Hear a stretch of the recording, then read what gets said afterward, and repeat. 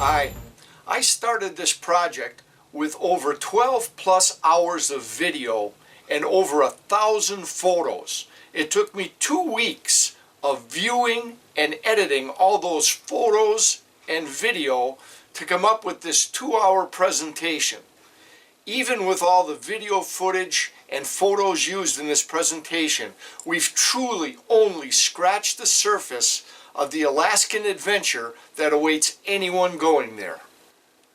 This video is by no means a family vacation video. This video is truly going to show the sights and sounds of the great state of Alaska.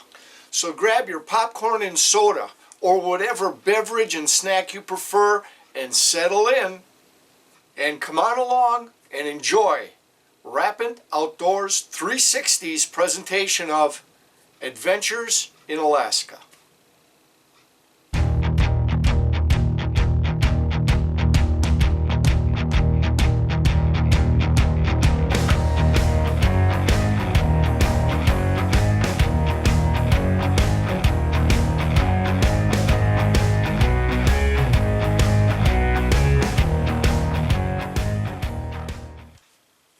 Hi all. With this episode I'm going to be departing our 2018 week-by-week season episodes to bring you a sneak peek at next season. This could not wait till next season. What we experienced was an incredibly awesome adventure.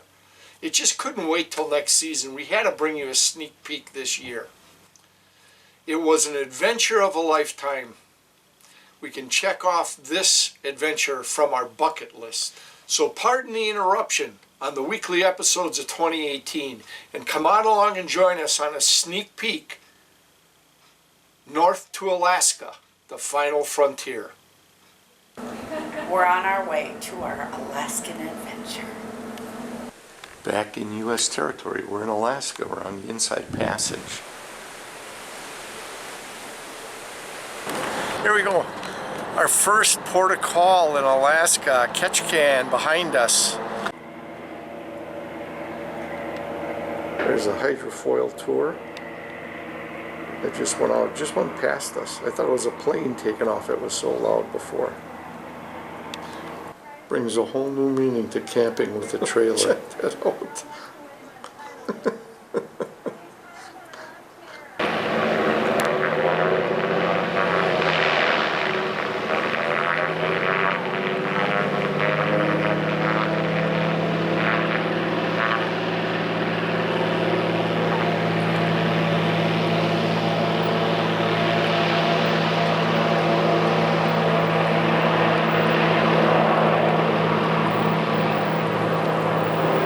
That's the one we just watched. I lost as it went in front of the boat taking off. A lot of air traffic and boat traffic.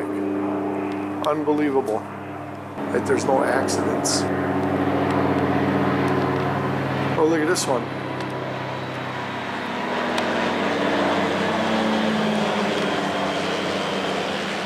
Oh my goodness.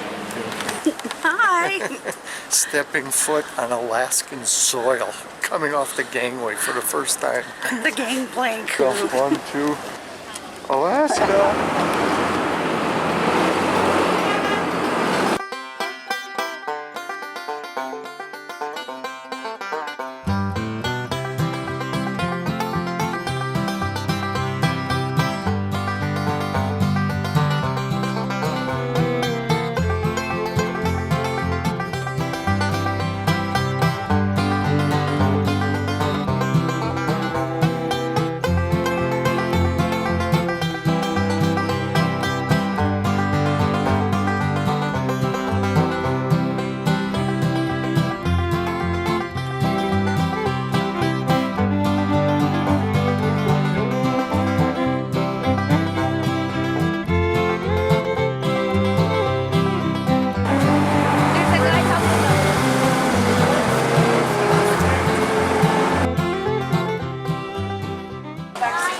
Back in Cudahy, in Wisconsin, we've got a bar on every corner. Here, you have a salmon market on every corner. but we don't have the scenery that they've got here.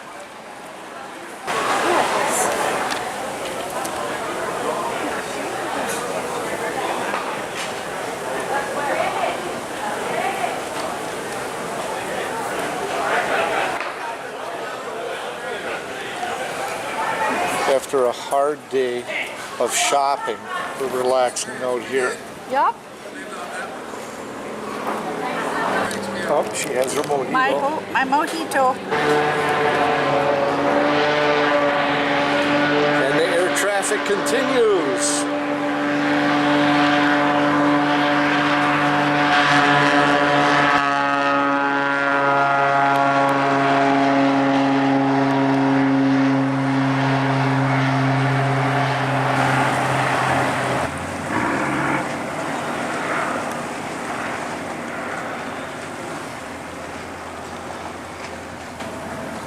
Starting to pull out from Ketchikan. Us. That's us. Oh, look at this guy.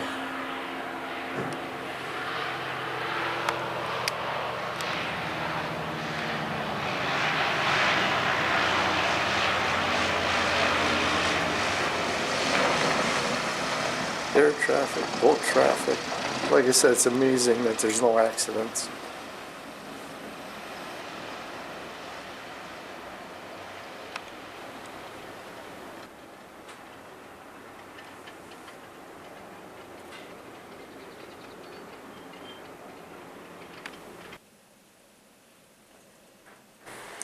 Well, it's Saturday, June 15th. We're on our way into Juneau. We're probably maybe an hour and a half out yet.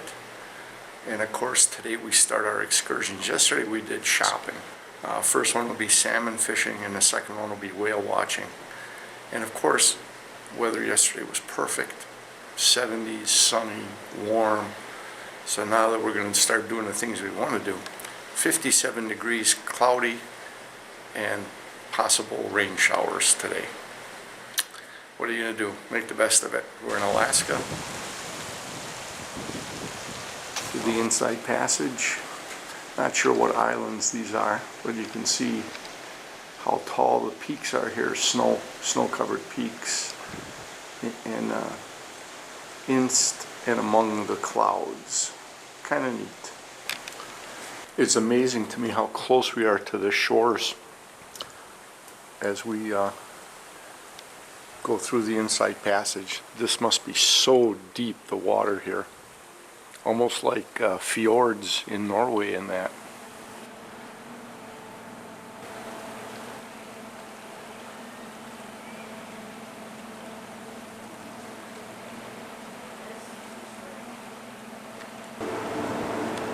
The Port of Juneau.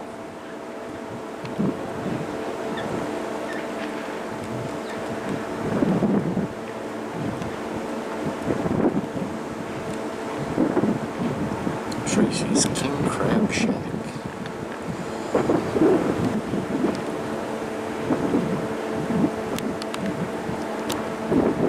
Just amazing how the glaciers would have carved this all out. So as we're pulling into port and docking, right behind where we're going to be docked is the National Geographic Quest. They're up here.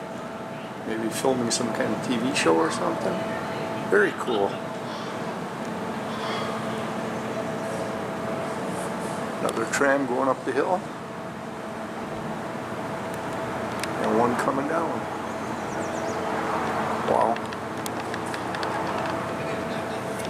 Here we go, pulling into port. We're starting out at the fish hatchery, and then we'll be fishing for salmon behind me back there. Alright, so this is the fish ladder where the salmon would come up, help them to get up here to get into the hatchery. And then on this side, this is the initial holding tank of fresh water to get them acclimated to fresh water before they enter the hatchery. And then they'll split them off into various females, males, and kind of take care of that. He says they end up shocking the females and killing them, and then taking their eggs so they can fertilize them. And then they raise them, and they release them on this side. Over here, they hold them in these pens before they get released.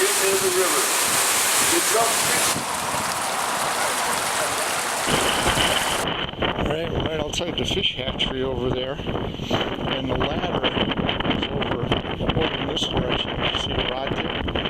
So we got the salmon coming in, going up that ladder, and then these are the fish pens for release. So hopefully these fish will be in here trying to get up that ladder.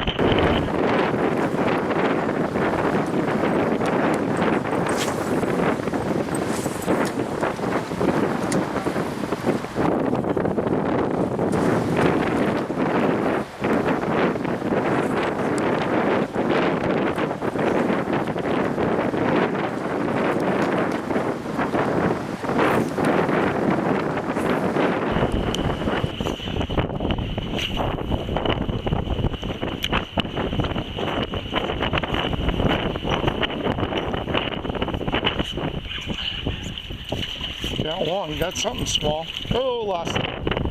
I lost him right there. Yeah, I was trying to flip him up, I lost him right here.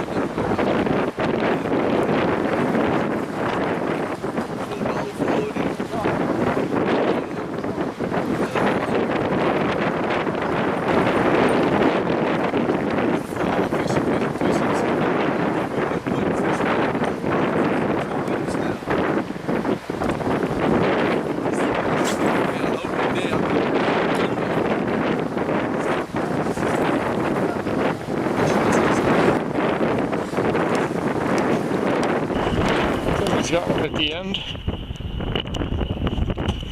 Trying to zoom in. He's fighting a nice one. First one there, it's flopping on the dock. See it in the corner there, flopping on the dock in the net? There's the first one.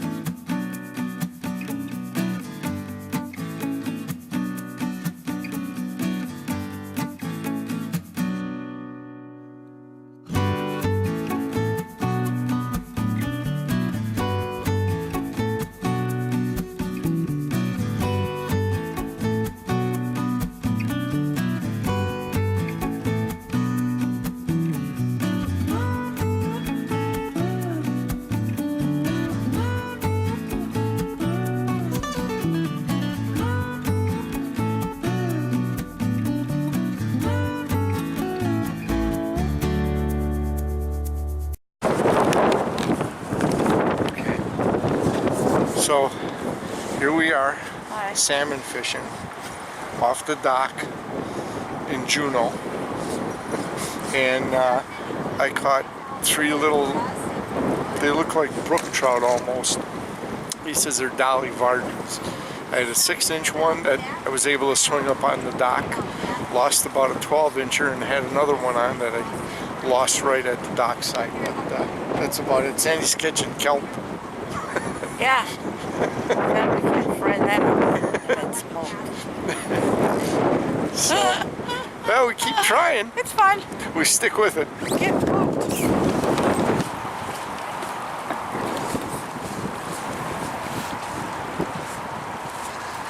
at that. No fish.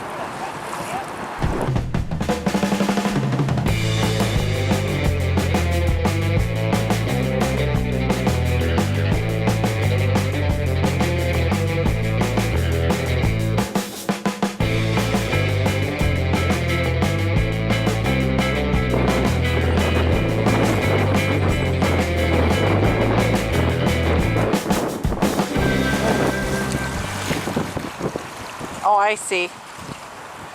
I'm closer to you, that's all. I lost them. That's 4.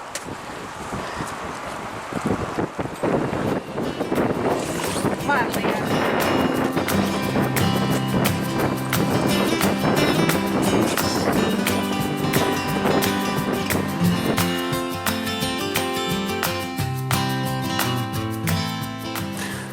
Did not catch any salmon. I caught 4 trout, the biggest one about 12 to 14 inches. Unfortunately, the 12 to 14 incher, I probably should say I really didn't catch them. I had them up to the dock where I was fishing, and I went to flip him in, and as I was flipping him up, he shook off and fell back in the water. Any other trout were like 6 to 8 inches, 2 of them small, maybe a 9-incher, 10-incher was the other one. So I only was successful in popping one up on the pier that we were fishing off of. But it was a shore excursion, fishing for salmon. Had a good time. I'd highly recommend it for people who don't want to go out on the ocean. You're worried about bouncing around. This area that we fished, you come a little later towards the end of the spawn. The guy says you can literally almost walk across the spawning salmon from where the dock comes out to the shore and the shoreline. He says it's just thick with them. It's right by a fish hatchery. A lot of the fish come right up there to spawn, right in between that dock and the fish hatchery. You can see the fish hatchery in the background of some of the videos where we were fishing. And we did manage to watch one gentleman, a local land, I believe a king salmon. I'm not sure if it was a king, but it was a nice size one, probably in the, I would say 18 to 20 pound range from what I could see. I think I got that on my chest cam when he landed it on the other side of the pier. And then there was a gentleman from our party fishing off the shoreline instead out on the pier, and he had tangled with one. I was watching him. I didn't have the camera on him in time. It was a short battle. I saw the fish splashing around top of the water as he was trying to bring it in, and a little bit of slack line, and poof, salmon was gone. So that was about it. But it was a lot of fun. But again, if you don't like being out on the water, bouncing around or trolling instead of just casting, I'd recommend this tour. Check it out.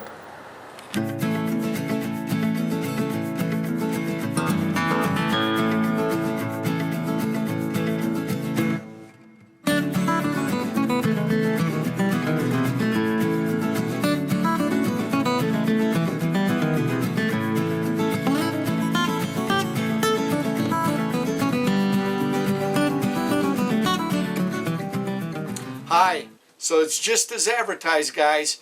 Everything's taken care of. In our case, they came down to the dock, picked us up from our cruise ship, took us to their office, got us geared up in rain gear, jackets, pants, boots, took care of our fishing licenses, got that all squared away, took us down, gave us a tour of the salmon fish hatchery that's nearby, got us out to fish either on the shoreline or off the dock, provided the rods, reels, the bait, got us all set up on an individual basis, and provided some instructions for the novice for casting and reeling and how to attack this problem of catching a salmon.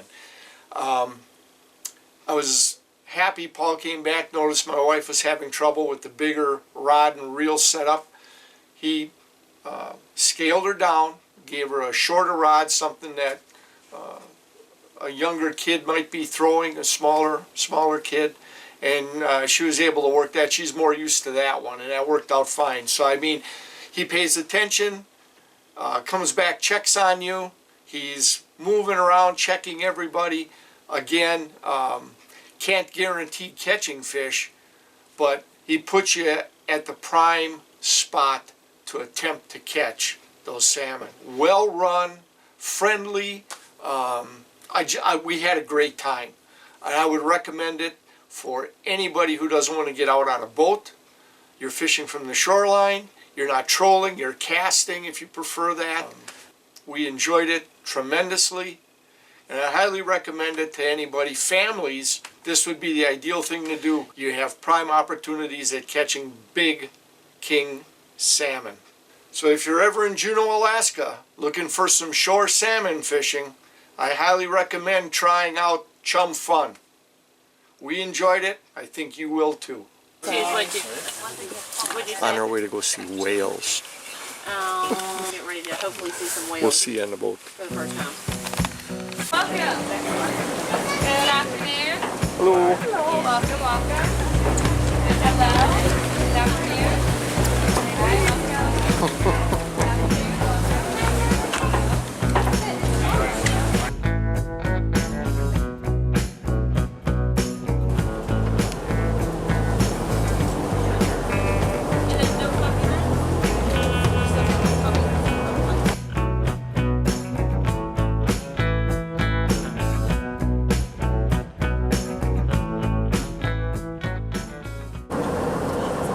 So these whales still up about 2 o'clock or so.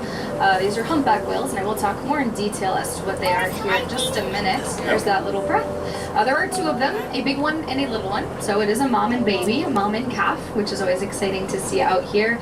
And it would appear that they're engaging in some of a behavior we call logging, aka sleeping.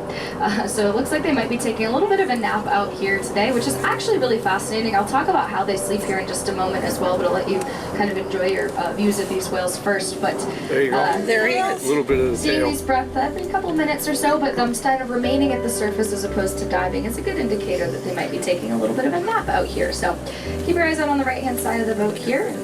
And like I said, I'll talk about these animals and this behavior here in just a minute, but right about 3 o'clock.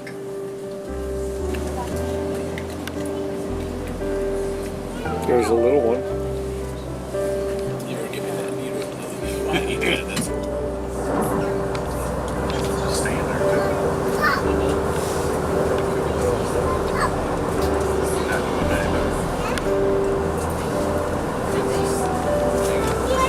Look at that one. What is it? Is this better? Right here, it's next up. Back up. See the little baby behind it. See it, Sandy? Yeah.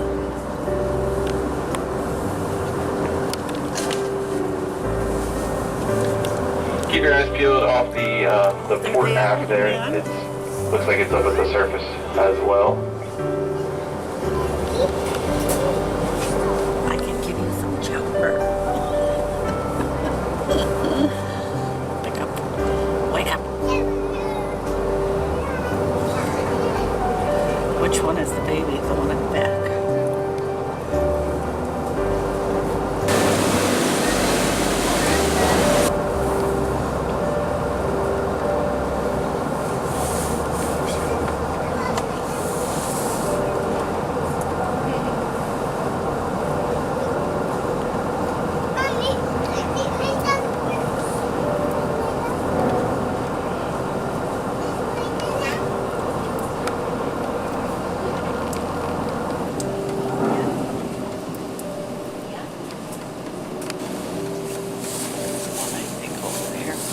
Yeah, one to the left of it.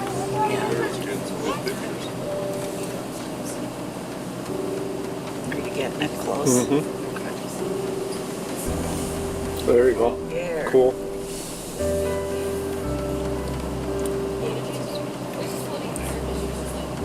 Which one do you think? The little one? There you go, the little one come up. Left to the road.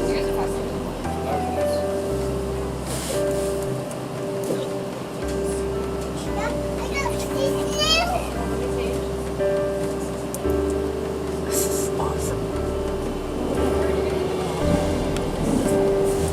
Sounds good. Too close. He's bubbling a little bit. Huh? The big one. A little bit of bubbles.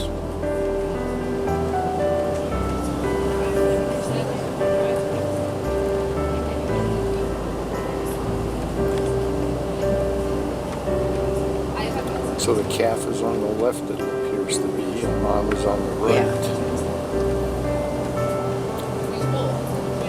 Very cool.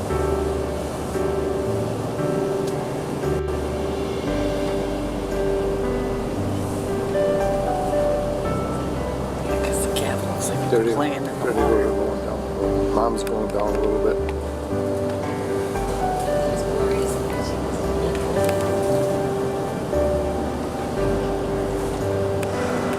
Oh, wow. See a little bit better how big that bar was. Did you see how long she was? I missed that though.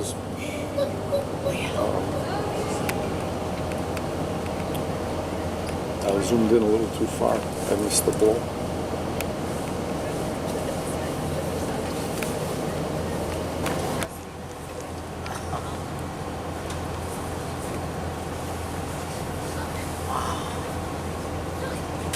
Alright, folks. These whales are going to continue their snooze, it would appear.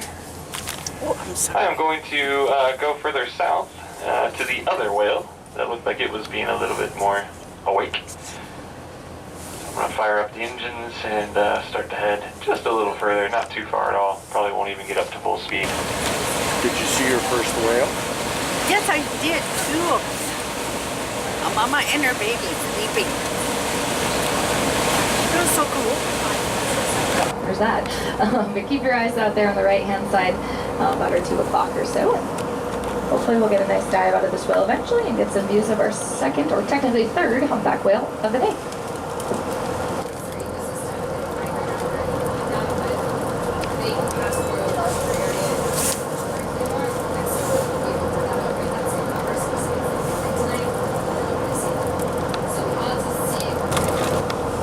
There he is. Ooh. Little tail.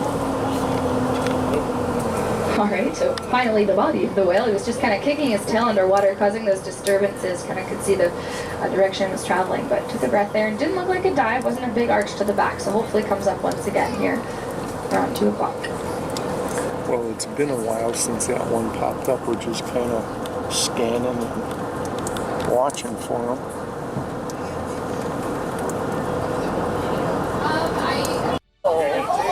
Woo! There we go. Finally.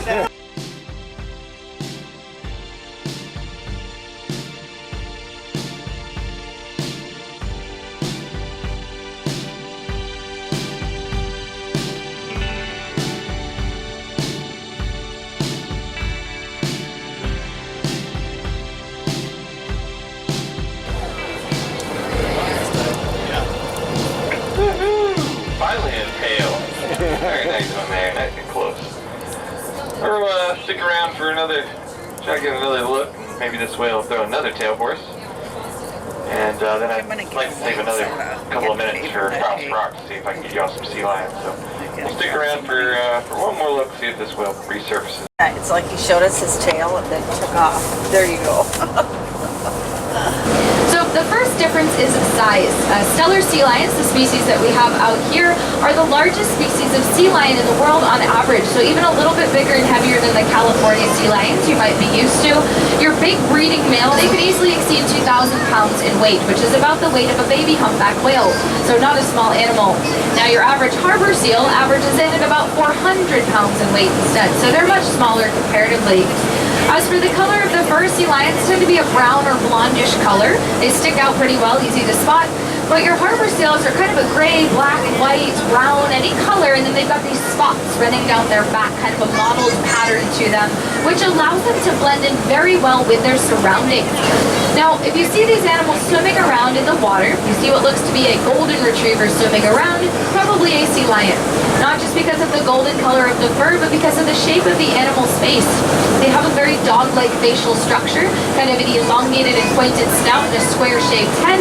And in fact, the skulls are so similar that if you were to compare the two, that of a dog and a sea lion, other than size, of course, the sea lion being much larger, you'd probably have a pretty hard time telling the difference between those two skulls.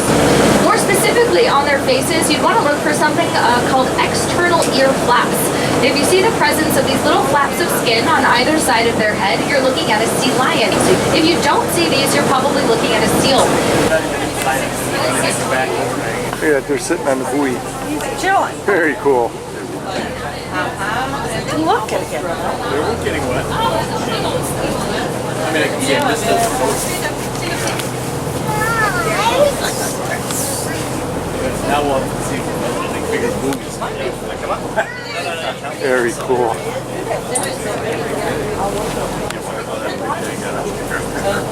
Go!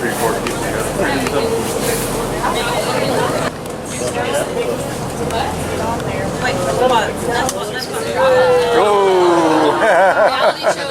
on, try one more time. 1, 2, 3. Go for it.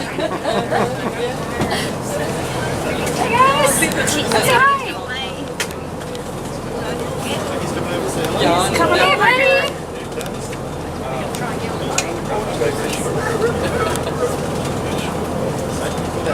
That is a big male. Wow, what a walker sea lion.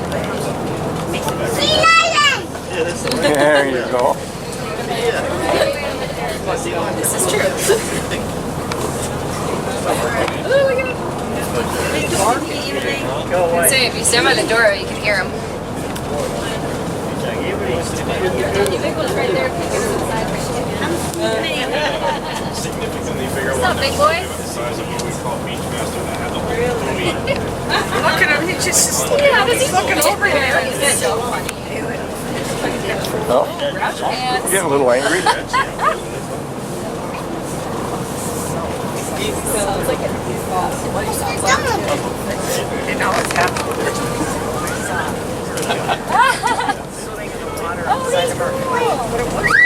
Oh, he's cool.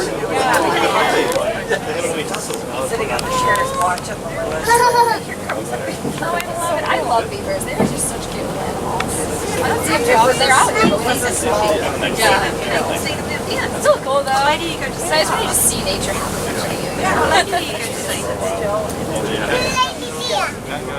We'll watch it now. We'll go down a little ways south of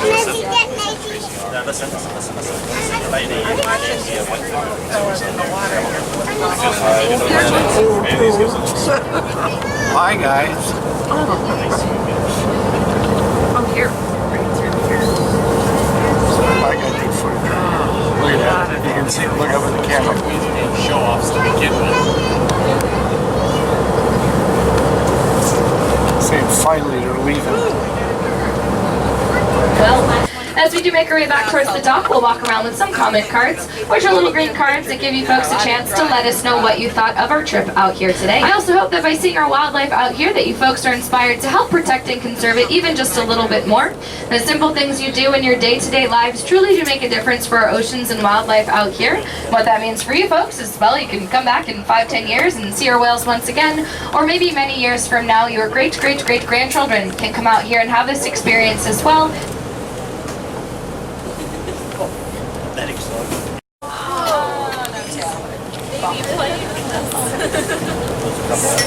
So another little sneaky dive from that whale, as we saw it wasn't down for too long doing these shallow dives as opposed to lifting its tail. So hopefully it will resurface here once again in the next couple minutes or so, and hopefully give us maybe one last parting view before we have to head back towards the dock. But always kind of fun to see a whale here inside of Auk Bay. It's not very often that we see one so close to our docking facility. Once in a while they do come in here, but typically they tend to stay a little bit farther out and the better feeding areas for our whales out here. But kind of a nice little bonus towards the end of our trip here. Alright, looks like this one's up on our port forward here, 11 o'clock.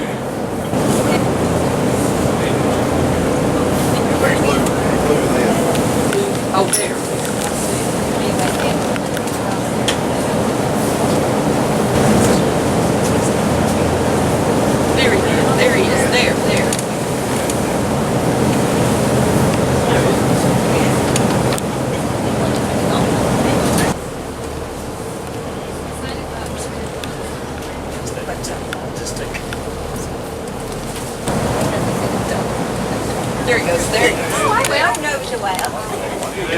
Sort of get over here. Come on,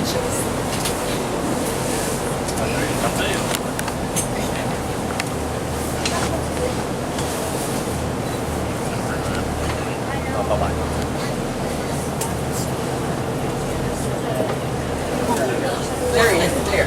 Come on, give us a tail.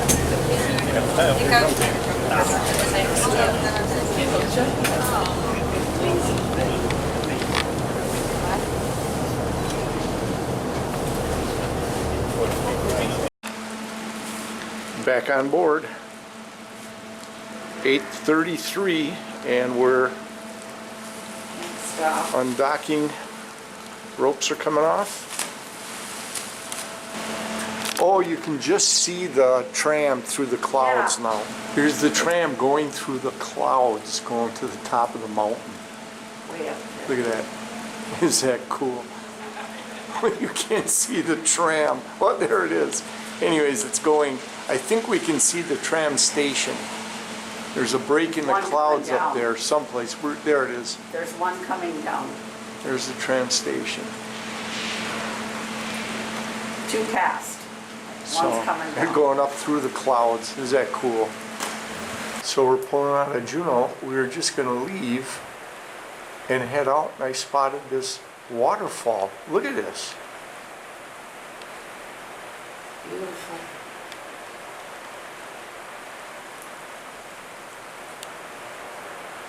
I see docking stations here this morning. We must be coming into port at Skagway. Oh, here it is. We're here. Okay, headed into Skagway. Our tour for today, we're going to interact with some sled dogs and see that whole operation. And then we're going to pan for some gold. And we're going to experience 40 degrees below zero. So we're just about ready to head out and do that now. So we'll see you out there.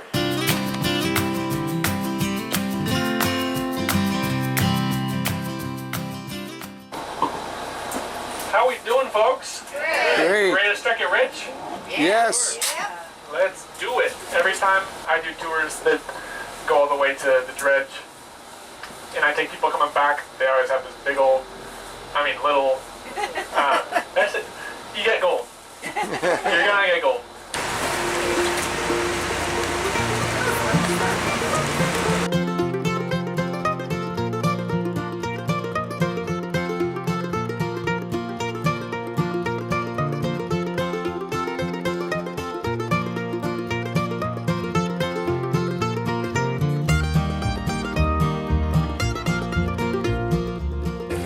This is where we do the dunk, okay?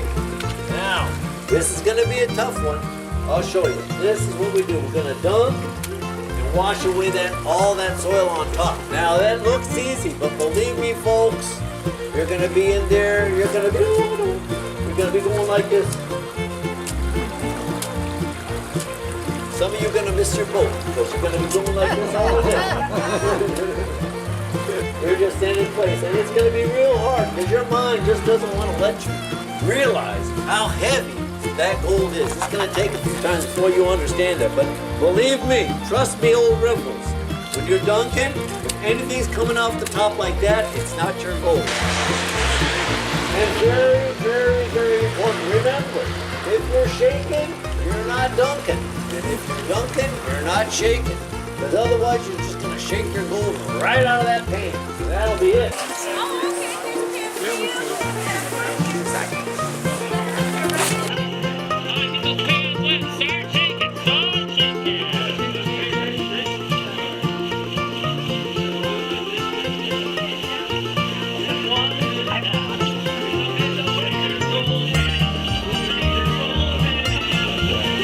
You want to make sure you get it all down here. How much is in there to try to get a little.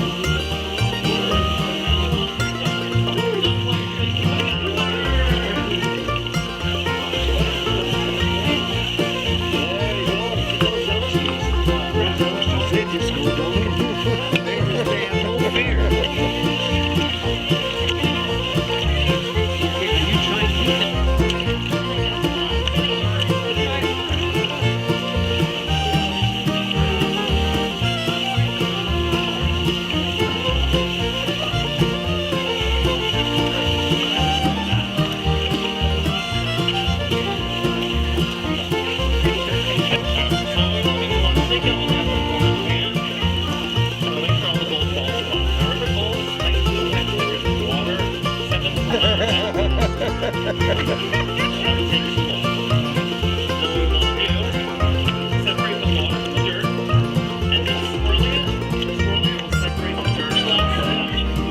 you go. There you go.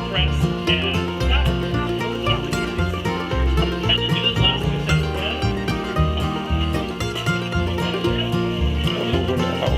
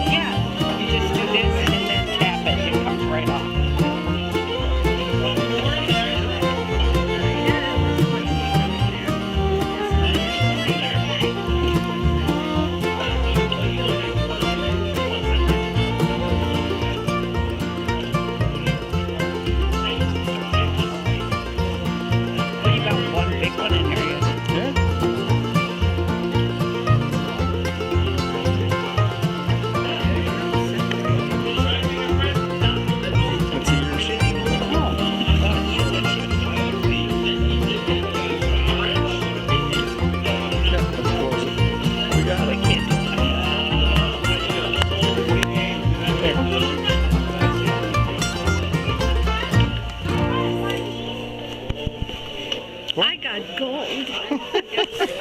Okay, now we're gonna see how much of a fortune we made. My gold. And Michael, here. Let's check it out. Come on down. You have your same hat on. I'm gonna wait. There we go. How are you doing? Good, good. Put them in this air. Come to make my fortune. Oh, is that what I'm supposed to do? That's my job. Oh, let's see First what we time out got. here? Yes, it is. It's Oh, make sure I'm not cheating or swindling you. Yep. All right. Anniversary. 5 grains of gold. How much do you Found think out that's y'all were worth? from Florida, and I was like, oh, kindred spirits. bit of a queue going on. 1.5 grains comes to $12.16. Oh, you're kidding. Wow. Yeah! And what do you want to do with your gold? Sorry about that. Yeah, so the small is 25, You're welcome. the large is 30. I'm one of the few honest assayers. What was that? Because the So gentlemen what that we'll do used is to do we this, put this in one they of would those take for it and you. get the gold dust underneath their fingernails. And while wanna do that? they would keep their hair all greasy, and they'd run their hands through it during the day, and then they would pan their bathwater at night. Yeah, and they would pretty much make more money than the people that they were supposedly helping during the day. Wow. Okay. You've got And you have 1.6 yellow grains of wristbands? gold. Yes. And 1.6 is worth $12.97. Cool.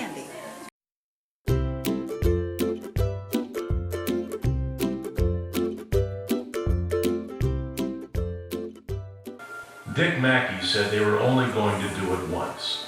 Who would have known that this event would help define a state, its official sport? And nearly 4 decades later, it continues to arouse curiosity in people from one end of the globe to the other. At first glance, it's a competition, the finish line, a destination, a grueling test of endurance.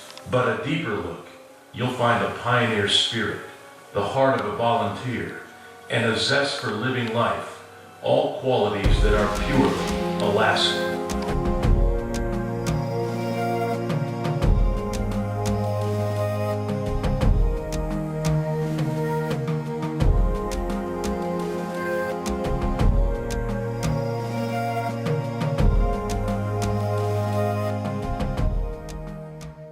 The greatest thing that the Iditarod ever accomplished was saving sled dogs.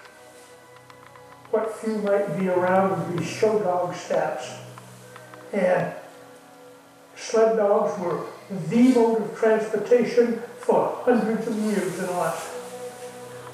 And I think the Iditarod saved them. I think that's the most important thing that the Iditarod has done.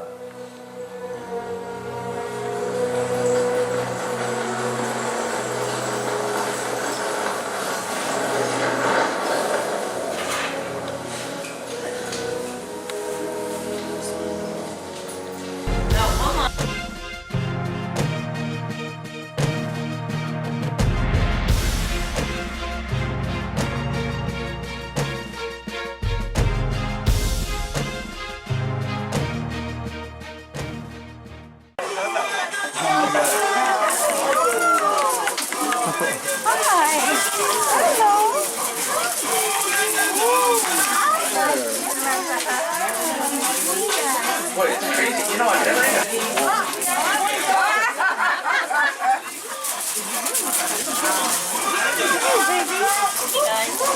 Alright. So, real quick, you know Emma Rose, my daughter Gracie is here. Gracie is 12 years old. She makes $1 a tour, and yes, I tend to ignore the child labor laws here in Alaska, but she's okay. It's legal because she's family. So, and folks, and they'll walk, spread the dogs around here. They're going to walk some dogs around on a leash, just to make sure if you guys want to, you can do this. And folks, I'm going to roll through it. First of all, for some of you that have never seen this before, these dogs probably don't look like what you expected to see. Most people come here expecting to see a purebred Siberian Husky with blue eyes, mask, fluffy coat, curly tail. The reason that we don't have any Siberian Huskies here is because in 1935 the AKC recognized the Siberian Husky as a breed. So most breeders, because of that, what do they want to do? They want to breed the dog based on their looks. But these are Alaskan Huskies, which is a made-up name. It's not like the AKC, they don't recognize them as a breed. Which is great, because we have no strict breed standard to adhere to. We're breeding the healthiest dogs. Most dogs, their competitive career might end around 8 or 9 years old. I told you about Martina finishing 5 Iditarod. That is not uncommon. There's a dog here. He's the gray dog, Rebel. He's over here. He really likes you.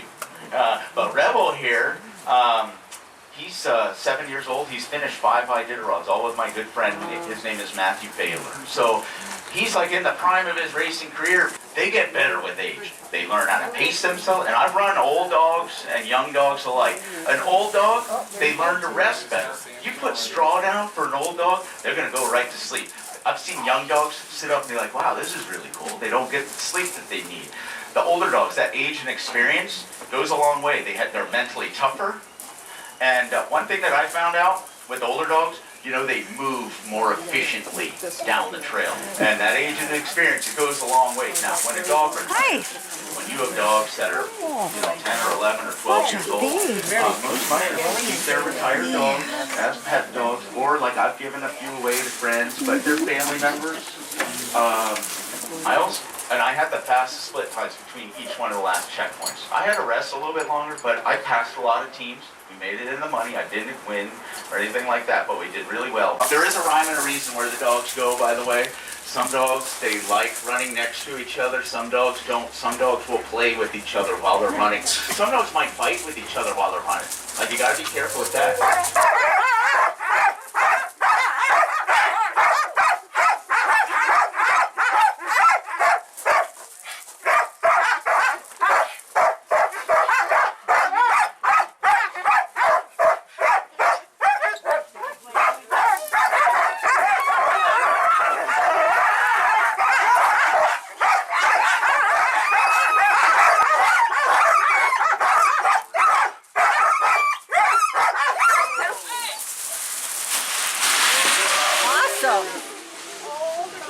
She'll just be out there for a minute.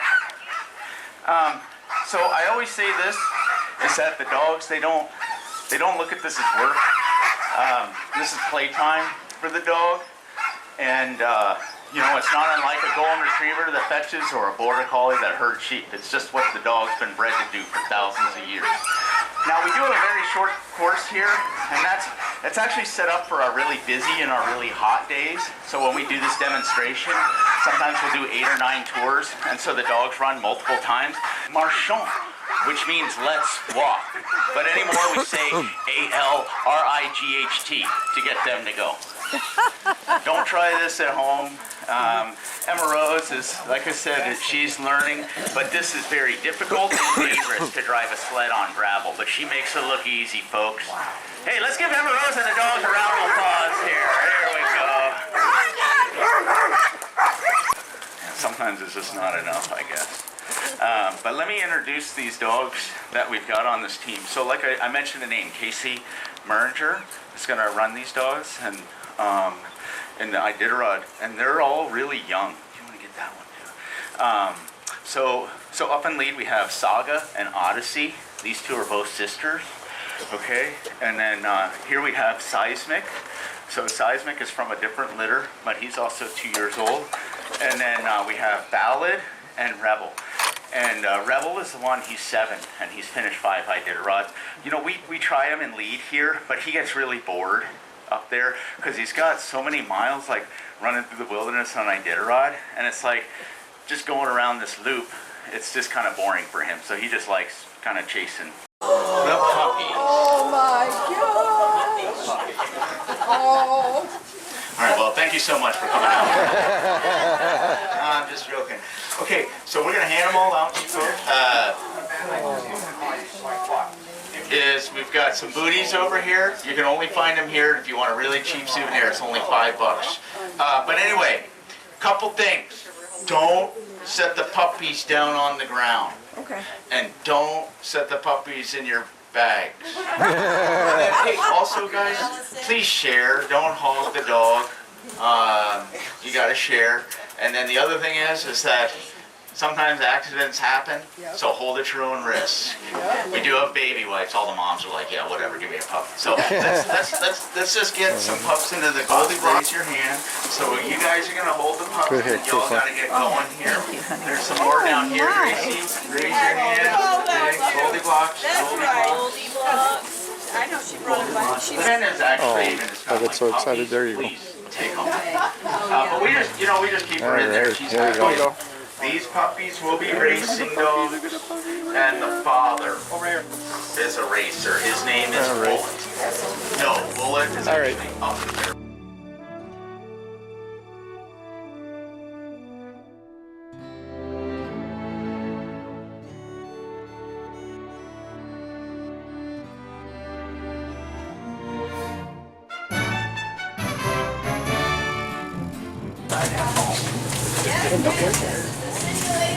Only have all right, guys, come on in. We're all friends. Thank you, Mike Boots. Absolutely. Let's head on in. All right, guys. Not any further. I'd like to just have a very brief countdown from 3, okay? Can't see much in here. 2, 1. Right here is what happens if you touch a tumble. That's what I call crying over spilled milk. So with that being said, this is 40 below with absolutely no wind here for you guys today. Now, something to keep in mind is that the natives, they had to do this every single year. And so what that meant is that at below 50, that their lungs could actually freeze in their chest. They understood this and they needed a way to diffuse the air. So they'd hollow out a branch, they'd stuff it with wolverine or caribou fur. And they didn't do this because they liked the taste or the smell of it, but they knew that the nanoparticles within their fur made it immune for ice and cold air to freeze over into that straw. They put it right in their mouth and they could be able to inhale deeply, allowing them to climb these treacherous climbs as well. So before we go, I just have a quick question. Do we all know what the state wine of Alaska is? Ice. State wine is, I want to go to Hawaii.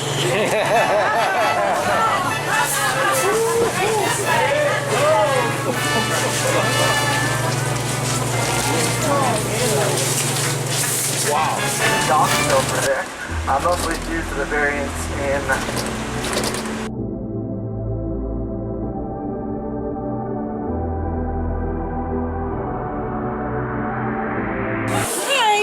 We hit a local. We're gonna have fried halibut, fish and chips, and some salmon cakes for lunch. Kind of cool in here. Except, you know what? See, it's kind of neat, the fishing theme and all that. But no matter where we go, you just can't escape Chicago. Yeah. There's our crab cakes. Go ahead, Sandy, try them. I'm gonna like them. Is that tartar sauce on there? Mm-hmm. Yeah, cool. That's good. Good stuff? Yeah.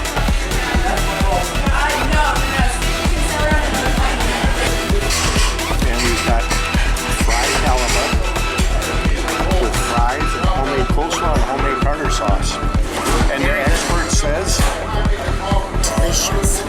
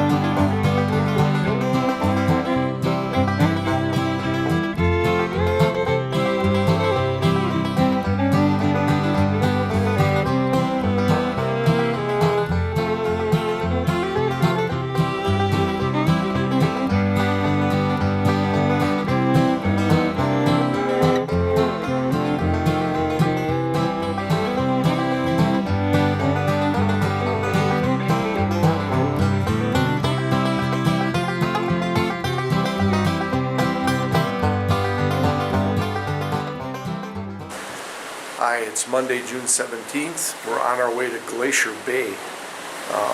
Kind of a unique experience coming up. We're going to be on the boat, seeing the sights in Glacier Bay. And actually, the best viewing point is going to be right from our stateroom, right out here on our deck. And what the captain's going to do as we see stuff, he's actually just going to rotate the boat around. So both sides of the boat will be able to see everything. So sounds really, really neat. But we're a little ways away yet. We're going to go for breakfast. It's around 8 o'clock in the morning. And I just saw some of these sites. I thought, take a look at this stuff. But it's just so gorgeous. You can't get tired of looking at it.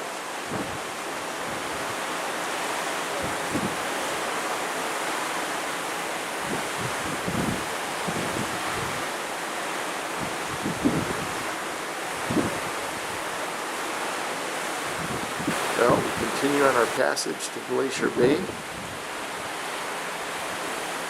and we'll see you all up there. Back in our stateroom. We don't have to battle the people. We got a much better view. We went to go eat. Oh, now I can see the glacier ice, Sandy. There's the glacier ice. Very cool. We'll be coming up to that. I think that's John Hopkins.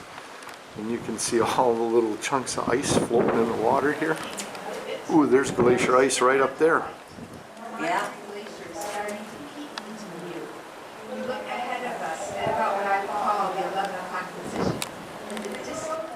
Here you can see where it runs down into the sea, the path carved out.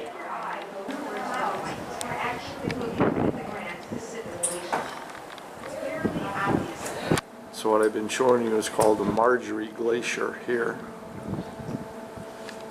Getting a little closer look at it now.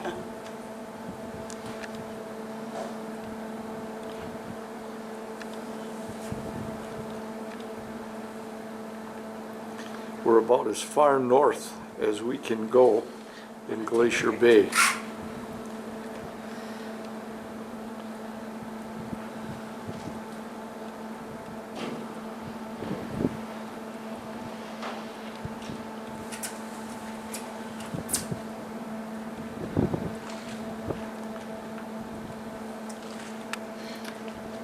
Amazing. And this could very well be a chunk of the Marjorie Glacier that you just saw floating by.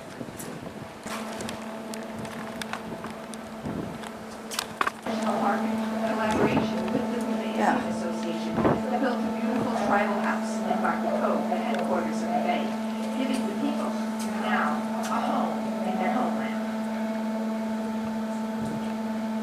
Sorry it's so jumpy.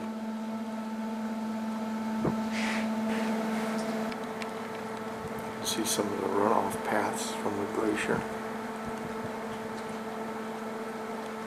This all would have been covered at one time.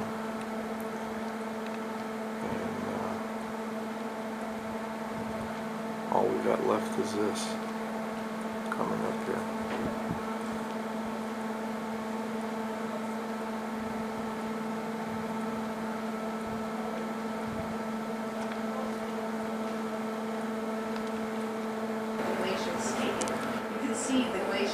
Hi from Alaska. It's cold. There, I heard it. Yeah, good. I just heard a loud crash up there.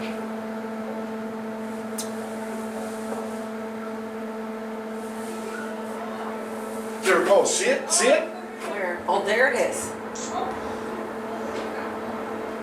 Awesome.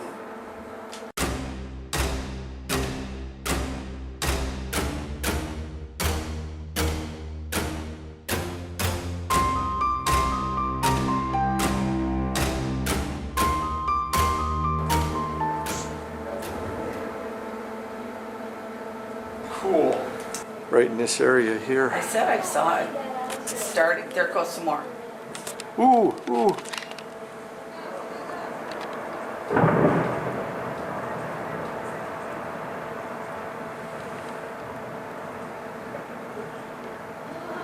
Sounds like thunder.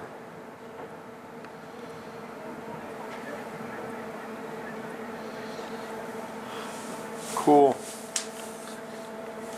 And you can see from up here the mountains in the background. Wow, you can see the glacier way back there. There it is. Up by the mountain. In that pass, carving its way through the mountains. There's some more. That was a small one. Usually that, when there was a small one like that, a bigger one followed. Yeah, we're missing that one. Front of the ship. Oh, right on the end here. Yeah. Right on the end, right there on the left.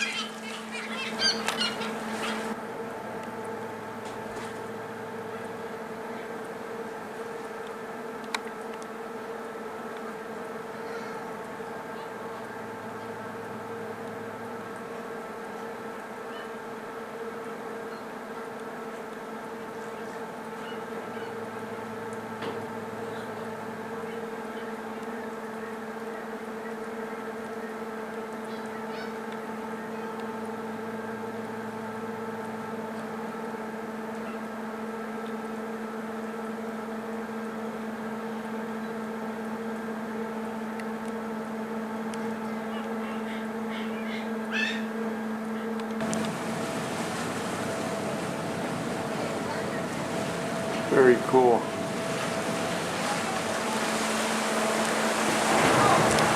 Another one.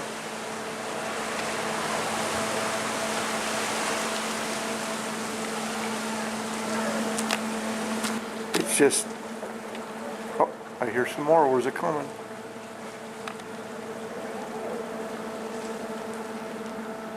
Could hear the thunder clap again.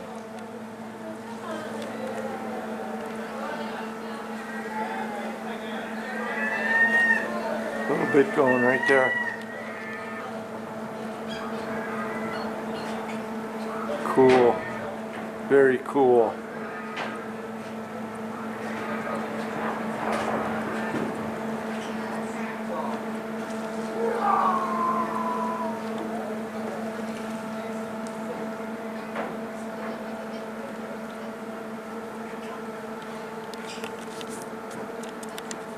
This is so cool. We're actually seeing the glacier calf. They call it calving. There's some more.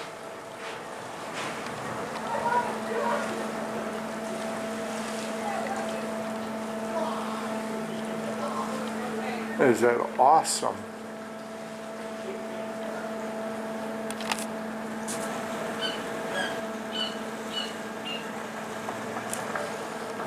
I hear some more someplace.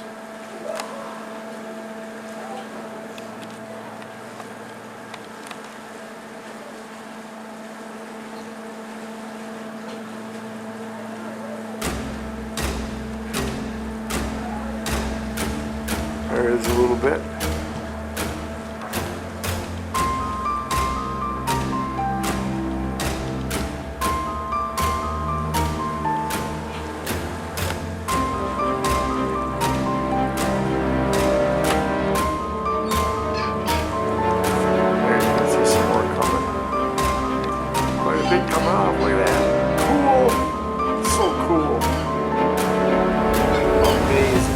Oh, here it comes. Look at this. Look at this. Wow. Look at that. Wow. Amazing.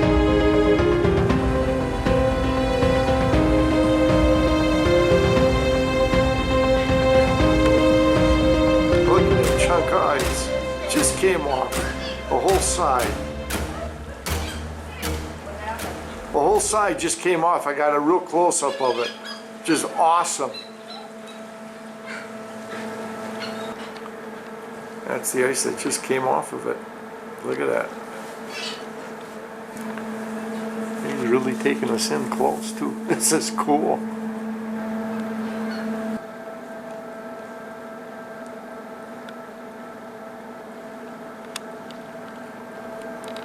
So it looks like we got a seal out here.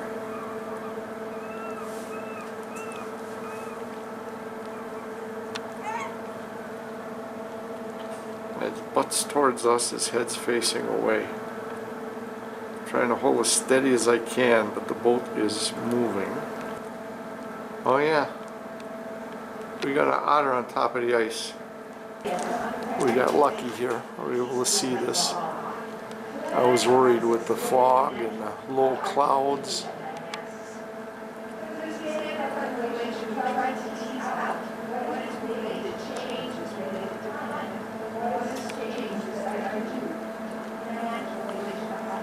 Just beautiful. Just beautiful. A once in a lifetime opportunity.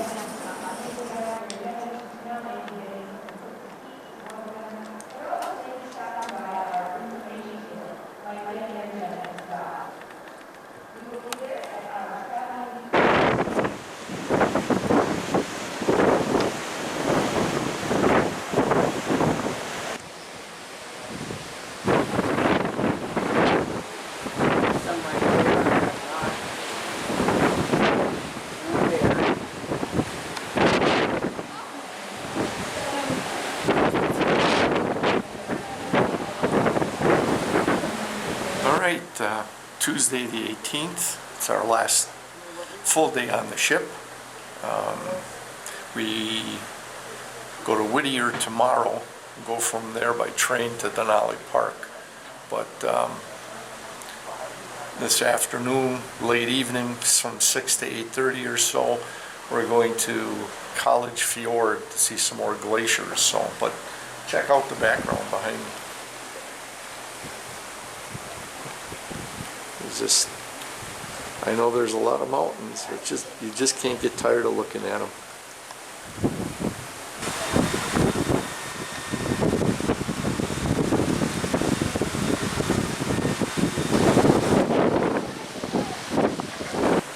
Okay, we're coming into College Fjord, and here's the first glacier that I see. This one's running right into the water, frozen.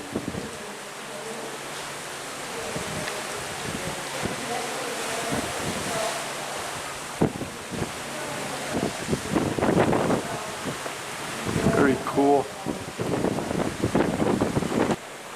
And we got some glacial ice up on the upper edges of the mountain. You see it right there. Pretty cool.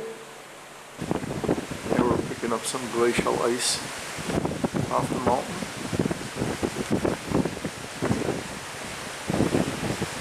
Right there's the field coming down. Like a 90-degree turn coming down to the water. And another one there. Another one there. There's one more. Yep, right there. So we'll get a closer look at those as we get a little further up the fjord here. And then it blends in with that big one there from the top. Oh yeah, I see that right there. Uh-huh. Yeah, good pickup, Sandy. I missed that. Look at that. Around that high peak. Yeah, it melted from the top and split and then joined on this side with that other one. Cool. There's a lot of blue at the base of the one on the right. Yeah, I'm seeing that. Yeah.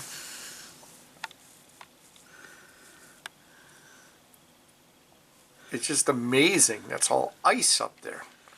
Imagine how thick that is up there.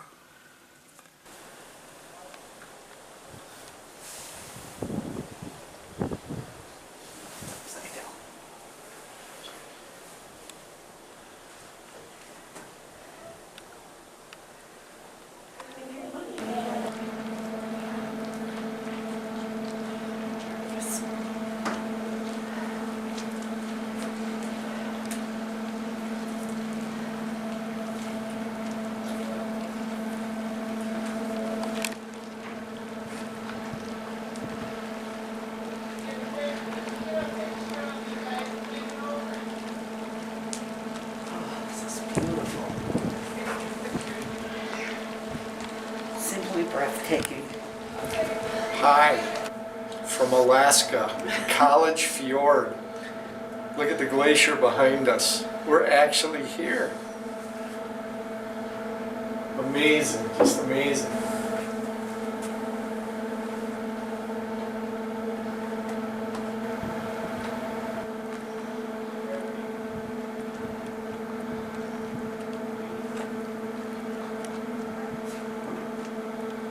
So you can see the strait we came through to get in here to College Fjord, and through the strait back there, that's Prince William Sound that we came through. You can see the mountains in the background out there yet too. Just beautiful country. And I'm going to get us positioned here. We should start being able to pick up this glacier pretty soon on our end of the boat. The sun is finally out. Got some clear skies. Look at the beautiful mountains. Just crystal clear.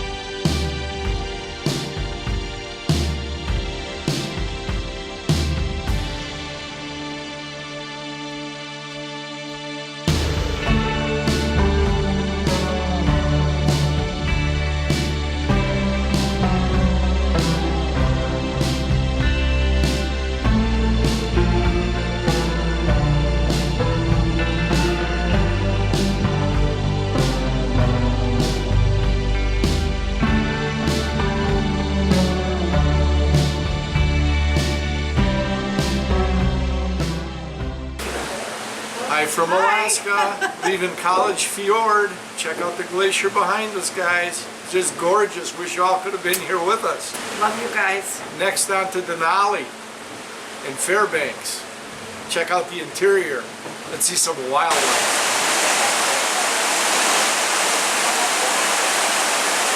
Coming out of College Fjord, heading back into Prince William Sound.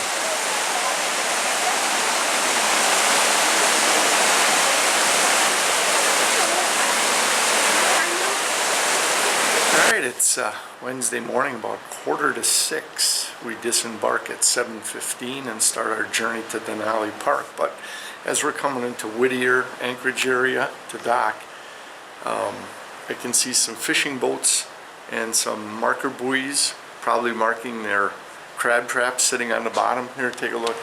So we got one boat over here. I can find it there. There's the other one. And then if you look out here in the water, there's one right there. There we go. Right there and there. Marking their crab cages on the bottom. So right here in the bay that we're docking in, they're crabbing on a smaller scale from what we see on TV, but it's kind of neat. With this as a backdrop, this is your office that you work in with this kind of backdrop. And there's the sun coming up.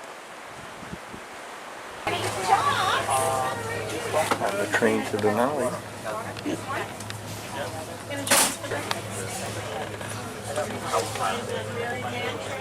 Change your mind, I'll have it. And we're moving. Took a long time. Can't speed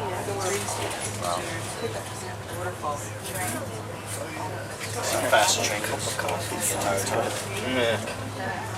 Got it. There's the top of the Whittier Glacier.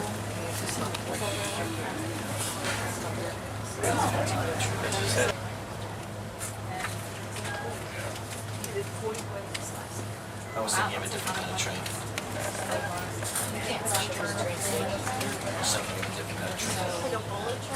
No, I was thinking of. Remember the ones you know.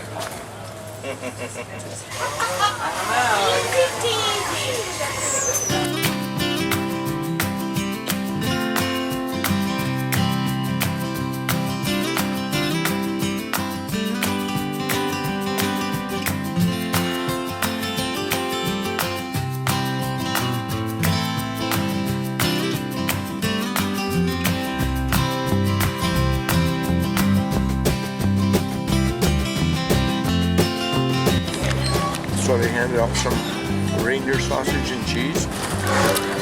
And you know what? Rudolph tastes pretty good. Oh, these are his friends. They don't have Rudolph. They served up his friends that were mean to Rudolph.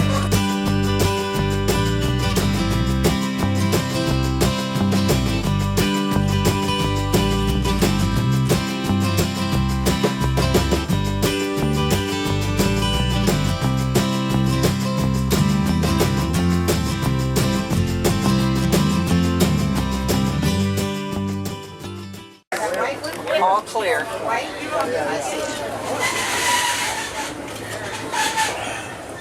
There it is. Absolutely. Mount Denali coming into Denali National Parks. You waited too long. Wasilla. George Parks was a governor in 19... There's Denali, in and out of the trees. Oh no, sorry. George Parks was 1956 to 1958. He was very instrumental.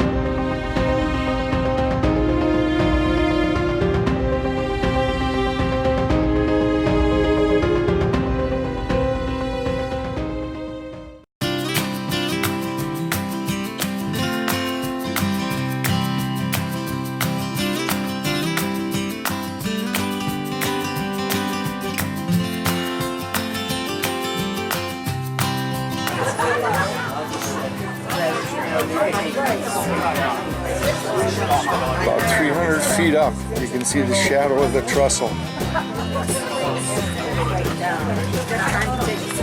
I got her to look over the edge of the car at 300 feet.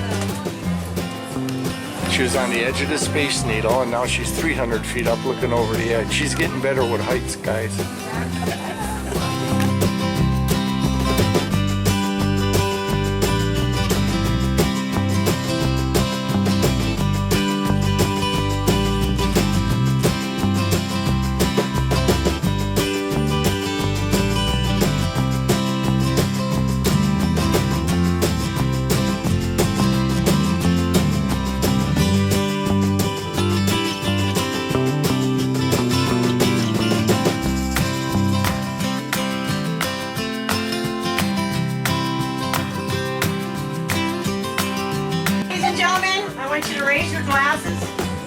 I want to welcome you to Denali National Park and Preserve. That's number one. Number two, if you're celebrating something, salud.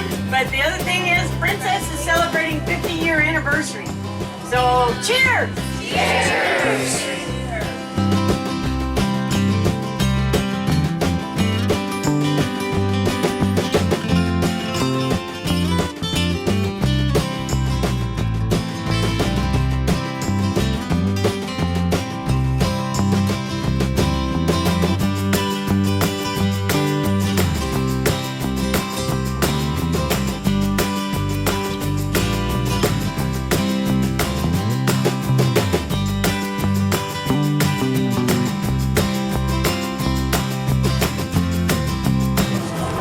There's our lodge, I believe.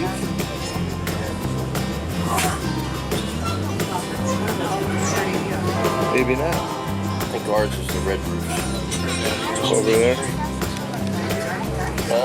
Down here on the tree. I'll take that.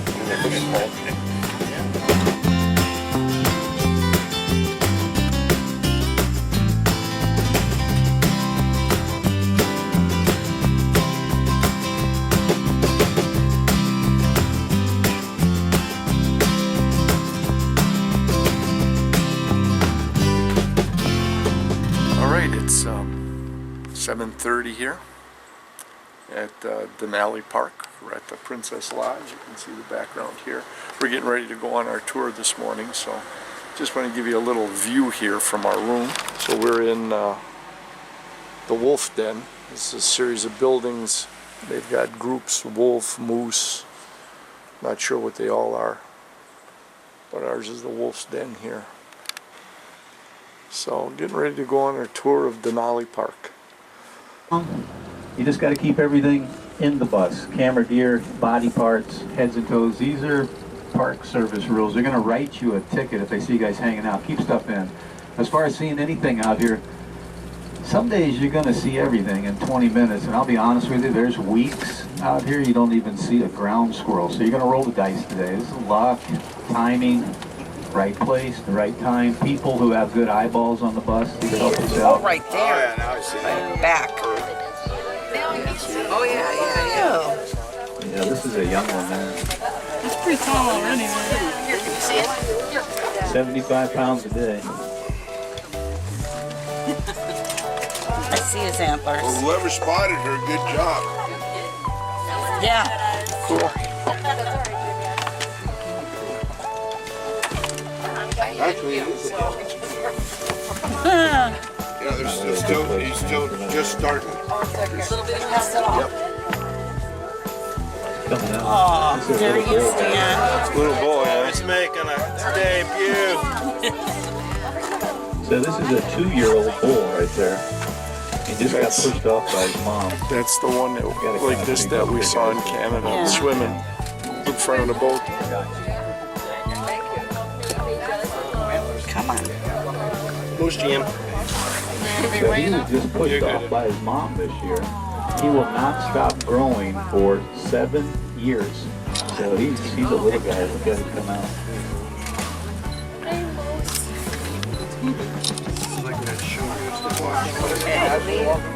See, his mom will raise him for 2 years and then tells him, go get a job.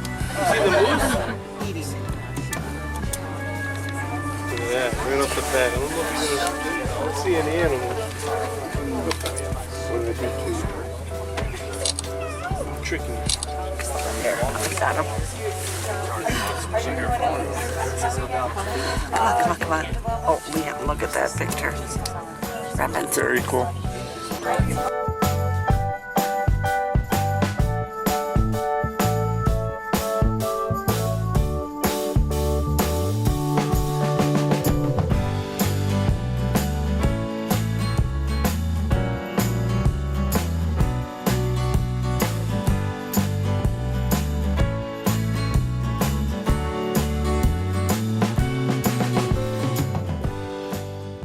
The only thing man has ever done in Denali, build this ribbon of road.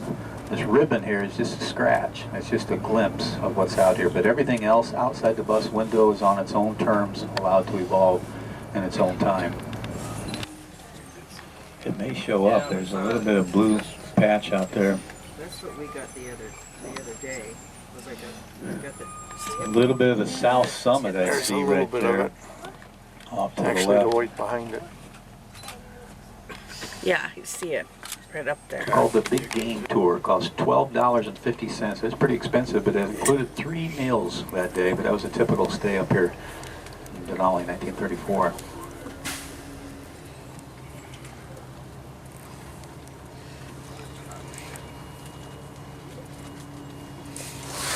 Okay, our first stop at Denali, taking a little walk, bathroom break, and heading down to a cabin that they use in the winter mostly when they check the park by sled dogs.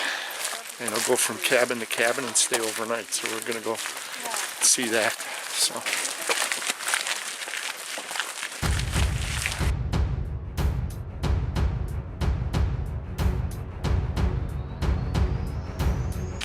And of course, bear-proof trash cans here, just as in Canada. And he's going in that direction, and we're going this way. They're letting us go on our own. Just be alert, that's all. But you stay in a group of people, you'll be fine. Thank you. You're my alert. Yeah, I know I can outrun you. Okay, we've got the trapper's cabin up on the Brule. This one was built, what did you say, 1921? Still standing and has been moved. Look at the shape this one's in. I'll show you guys a peek inside here in a minute. We got a little bigger stove than we got. There's the heater. It's warm in there. Yeah, You can feel that's more like our stove right there. Yeah. There's a second cook stove. There's the bed, one room shack. Barrel for the Yeah, for washing and that. Cool. water.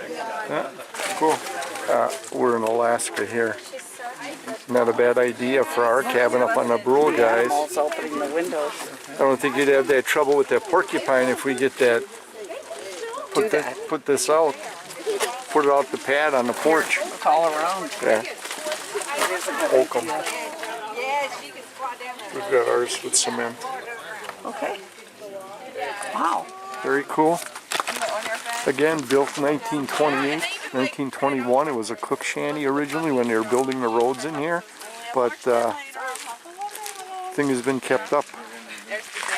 Here's for the dogs, sled dogs. So, just heading back to the bus for our next stop. That was interesting. So, again, those were used as cook shanties when they were building the road here in Denali, and then turned into the cabins that the park rangers use for patrolling with their sled dog teams in the winter. You guys, look off to the left here. This is a textbook illustration of what's called a U-valley. That means you're in the shadow of a retreated, dying glacier. You guys can tell how ice ripped it, carved it, tore it out. The glacier stopped here because you look to the right. That's a V-valley, right? That valley's cut by water. So you got textbook illustrations, both sides cut by the same molecule. Ice on the left, water to the right. And when you pay attention to the shapes, when you travel through the state, you'll see this. They always say there's clues to all the views. See anything cool on the way in? Babies? Little baby. No, not that young. Teenagers. Maybe two. It is my privilege to welcome you all to the Denali National Park and Preserve. Everybody excited? Yeah.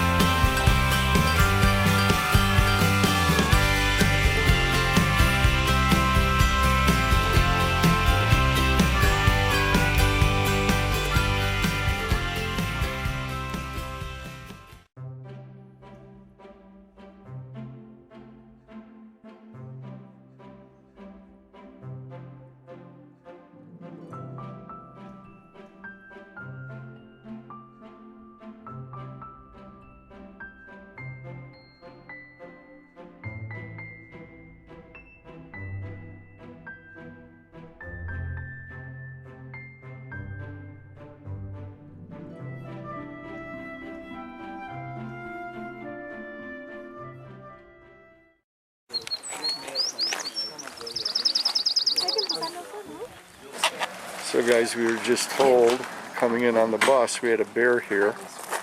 You can see pretty low on the pole, but it was in here about 3 days before we got here. The guy was telling us.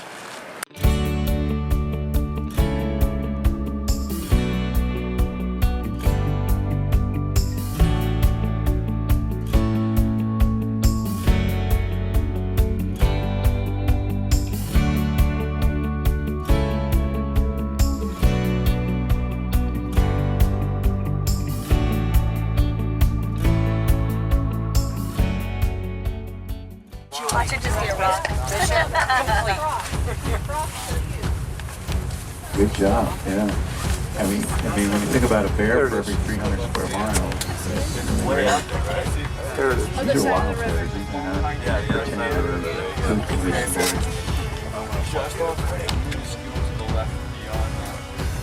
Not really moving. No, It is a bear, right? Yeah. Oh, yeah. Yeah, it is. It's not a caribou. Good to see a bear.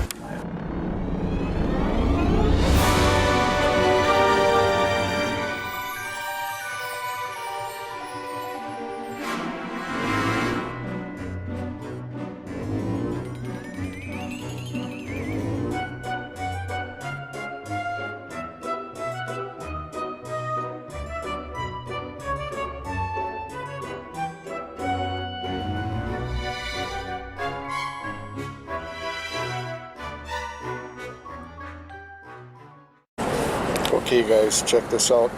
We come all the way to Alaska. We get bottled water on the tour, and look, distributed by Canned Water for Kids, Sussex, Wisconsin.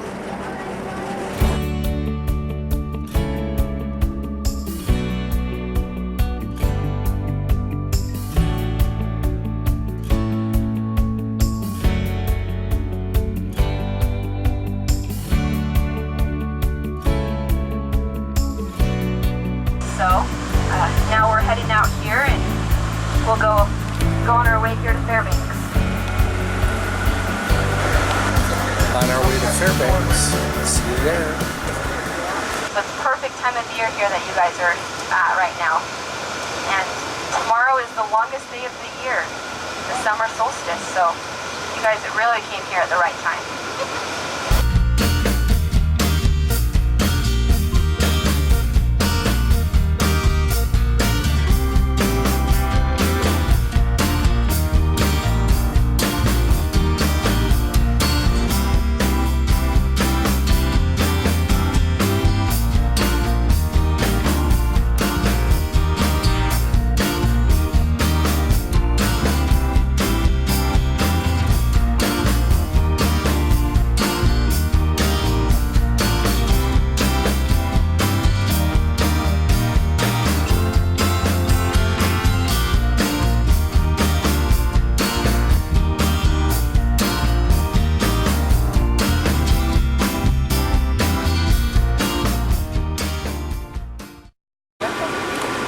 There you go.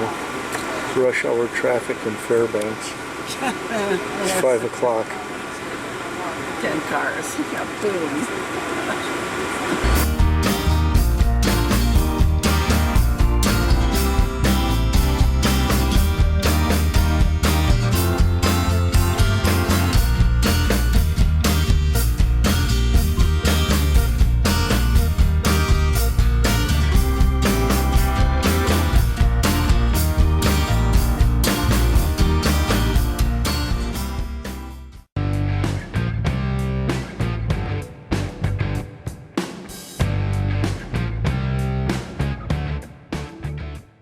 Right, all right, we walked in the door. Luggage is waiting for us. Very cool.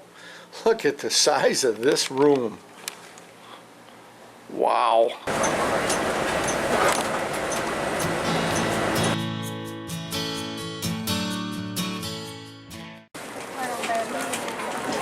Boarding the river cruise. It's at about 3 hours.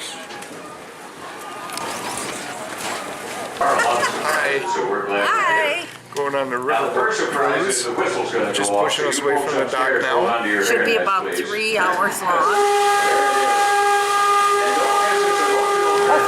They're all waving. That's for young people, isn't it?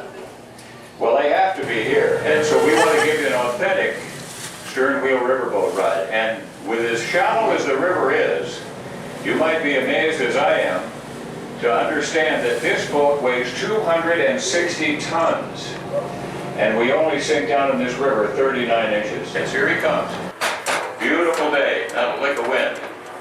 And as he lifts off, keep in mind that 1 in 78 of us are licensed to fly. 1 in 78. Here under the floats, as he cuts the power, this is like Olympic diving on a small splash. Look at him hanging out to dry right there. And gently, gently set it down. That's got a nice touch on the control yoke. So, as he settles in, I want to turn the program back over to Captain Wade, and we'll listen to the conversation. You'll get to meet a real bush pilot out there in 2-4 Alpha. Go ahead. Oh boy, we couldn't ask for a better morning. It's clear and calm. Well, Steve, we sure appreciate you coming out this morning and watching you do that quick takeoff and that impressive landing there. It's obvious you have a lot of experience in these small airplanes, and really that comes from necessity. You've told me about your background, and you grew up out in rural Alaska, out on the Iditarod Trail, a place that there was actually no roads, and you were 100% reliant on these small aircraft to get around. So you even learned to fly before you ever learned to drive a car. Well, Steve, we can't thank you enough for coming out and demonstrating your skills here this morning. I can see that you've taxied downriver here a little bit. Are you going to get one more takeoff in before we depart? So we really rely on these young people for literally our survival in some cases. But one of the best there is, give them a big wave. Steve can answer right there. Thank you, Steve.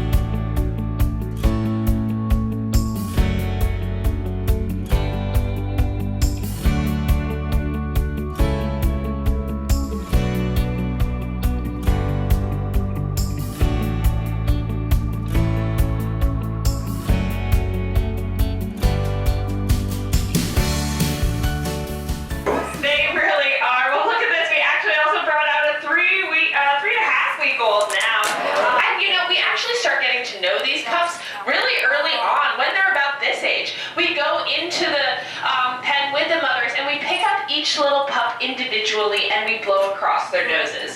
Now, this is really important because for the first 9 to 10 days of their lives, their eyes aren't open yet, so they really depend on that sense of smell and on that sense of touch to get used to us.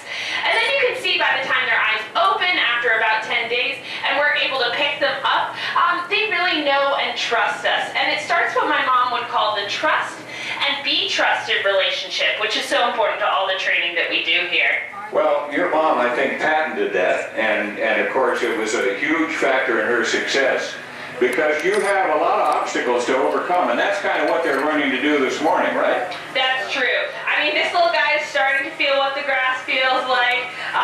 Maybe he's going to run down to the rocks. We'll see. Just a few weeks ago, they could barely run across this beach, and now look at them. They're running over the rocks. They're going through water. They are so much more confident. And that's because because we encourage this through the days of their puppyhood. Well, when you were only 11 years old, you ran 700 miles with your own dog team on the Iditarod Trail to honor your mom. You know how tough it is out there. How can these guys graduate from here and be ready for something like that? Well, we're really lucky to have access to a lot of great trails around here. And so once they figured out all the obstacles in this yard, we're going to take them out on daily walks in the woods. And that's when we actually introduce them to a couple of the older dogs in the kennel. Those retirees, they are the dogs that are really important for training the younger generation. So we'll take a couple of older dogs out there and a couple of younger puppies as well. And we will just let the pups run free. They're free to chase the older dogs, go for runs, go through some water, run over some brambles and branches. And the puppies learn just by mimicking the older dogs that there is nothing to be afraid about. They're also really wonderful because the older dogs will teach the little pups to come when they're called. Listening for that voice command is going to be incredibly, incredibly important. They take off going down that trail. Those little puppies are just going to pick up and follow them. And within just a few minutes, truly, it looks like we have a small adult team of dogs. In fact, we have a saying here at Trailbreaker that it takes a minute to teach them to go, but a year to teach them to whoa. Yeah, I remember that very well. Well, as you get ready to go now, could you run down the positions in your team for us, please? Absolutely. So the first dog up in our team are called the lead dogs. You may have heard that term lead dog before because they're some of the most important in the team. They're in charge of steering the team. They're also in charge of setting the pace for the rest of the team. So we want to make sure we have dogs out there that we really know and trust. And in fact, we start looking for the characteristics of a lead dog when they're as young as those pups you saw a moment ago. I mean, the pup that's the first one to jump over the log or to go down through the water. We know that they have the excitement and the curiosity we're looking for a dog running in our lead position. Now, in the middle of the team, we've got team dogs. In a race like the Iditarod or the Yukon Quest, you start off with 16 dogs in your team. So you can imagine how long these lines get and how powerful the teams we're taking to know truly are. In the back, closest to the sled, we've got the wheel dogs. Sometimes you'll see a bigger or a burlier dog in this position because they're closer to the sled, therefore can feel some more of that weight. But obviously it's the summer, so we don't actually have a sled. Instead we use a four-wheel cart. My dad done us a favor, he's taken out the engine on this guy and enhanced the brakes. This is a 100% dog-powered vehicle, and it's what we use to continue training them in the summertime. All right, there you go. Now, she's going to turn them around the vet barn, and they will run through the hole here on the outside of the dog yard, so you'll be able to see them. Kenya Village later this morning to get your questions answered. And Tekla will be down there. Laura, are you coming down? Let's see. Yeah. Oh, Jenna. Okay, great. Jenna will be there. And Look she at the one is a inside future veterinarian. the white ones on and top. loves these dogs. And so we'll get a chance to learn about them firsthand. But now, for the moment, Tekla's going to come out of the trees here on the far side of the lake, run down that straightaway, turn around and come back. Watch the tree line here, and I'll tell you when. They'll break out of the trees, and she'll tell us how the run's going. And if you can't see them real well, depending on the Here we are coming out of the trees on the other side of the lake. Oh, I see her. These dogs are really flying. It's so impressive that they can carry me and the four-wheeler, which weigh about 400 pounds, and still be going at 20 miles per hour. She has no mechanical means at all of steering that team. Those leaders are responsible. They wait for her command. This is the relationship that's going on since they were puppies. Now, she's coming around that far turn. We might be able to pick her up on the video here. Her mother was on the frozen Yukon River training for an Iditarod one Sunday morning. Granite was up front. Susan gave him a series of G right turn commands, and every time she hollered G, they went left. And he never disobeyed her before. And she finally got the message, and she said, well, all right, Granite wants to pull us off to the left, I'll go along with that. They got off the river on the left-hand side, and the minute they cleared, the ice on the right collapsed, and they would have died if she'd stayed the course. So if she'd been human and pulled a whip or that nonsense, this girl wouldn't be here today. And that's what they do. They'll say, Whoa! All right, Tekla, great job, great job. Well, thank you so much. That was a lot of fun. And of course, after every training run, we like to go up and down the line and give everyone a pat on the back to let them know we appreciate their hard work. Everybody into the pool.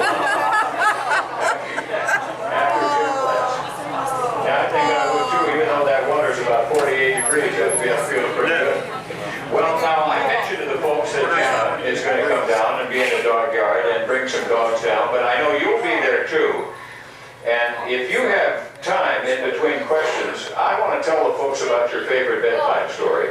Mine too, for that matter. The story of your mom and granite that got written down, unfortunately. And if somebody brings you a book, could you write maybe a little personal message of inspiration so we can inspire a whole new generation by getting that story out there?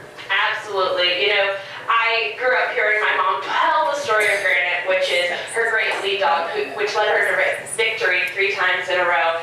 And that dog grew up as a runt, and it really didn't have the encouragement that a normal dog would have. And so his passion, his tenacity always inspired me to follow my passions. And I love that my parents wrote this story down so I can share it with all of you. So if people would like to get a copy of this for children, grandchildren, or maybe even a public library, I would be so incredibly honored to dedicate it. Well, we're glad you're following your passion, and we love your mom, of course, and the story, and the fact that you stand for great things here at Trailbreaker. Say hi to your dad for us, and we will see you downriver, and that's a plus. Tech Lamonson, everybody. Thanks for stopping by. Thank you.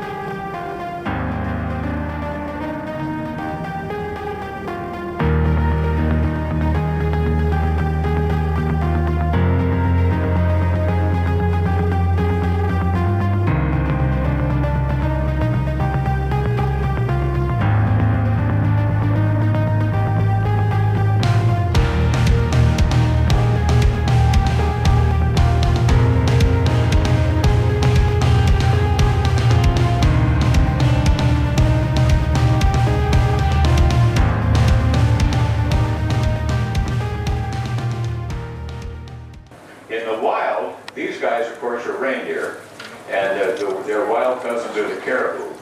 But the caribou live in the woods in the winter, and they hike to the open to have the babies in the spring and summer. 400 miles sometimes, they will leave the woods and head to the calving ground. Now the females grow antlers, just like the males. It's hard to tell the boys and the girls here. The antlers right now are in development. That is a spongy capillary blood supply that actually encourages the antlers to grow from the outside in.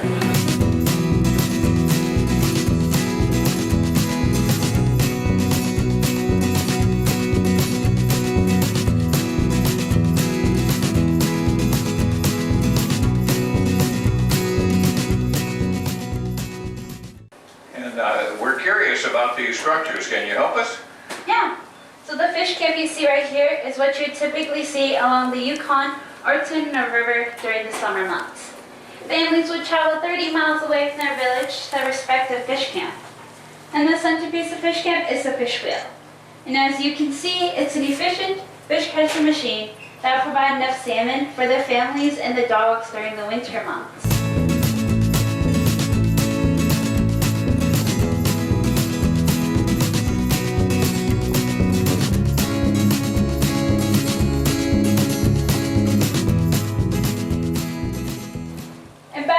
Between the campus wall tents are our dog houses. And we'd always bring our dogs to fish camp so it can act as a natural alarm system just in case of any large game animals came into our fish camp.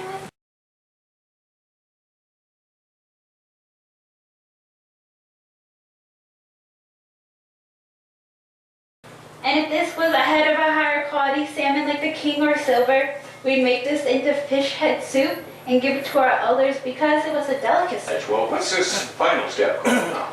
Well, right now I'm scoring the salmon, which is making diagonal cuts through the flesh down to the skin. Now this creates a larger surface area for the smoke to work deep into the salmon and to fully dehydrate it. Now get your cameras ready. There's a good picture coming up. When she holds these fillets up, you'll see how gravity opens things up. And absolutely does a great job very quickly in our good air up here. Hannah, great job as always. Are you headed right into the smokehouse with that guy? No, because if we put a wet dripping salmon in the smokehouse, it can mold. So I'm going to hang it on the air drying racks until it has a nice sheen or glaze on it. then into the smokehouse it goes. But keep in mind, each family has their own unique way of smoking a salmon.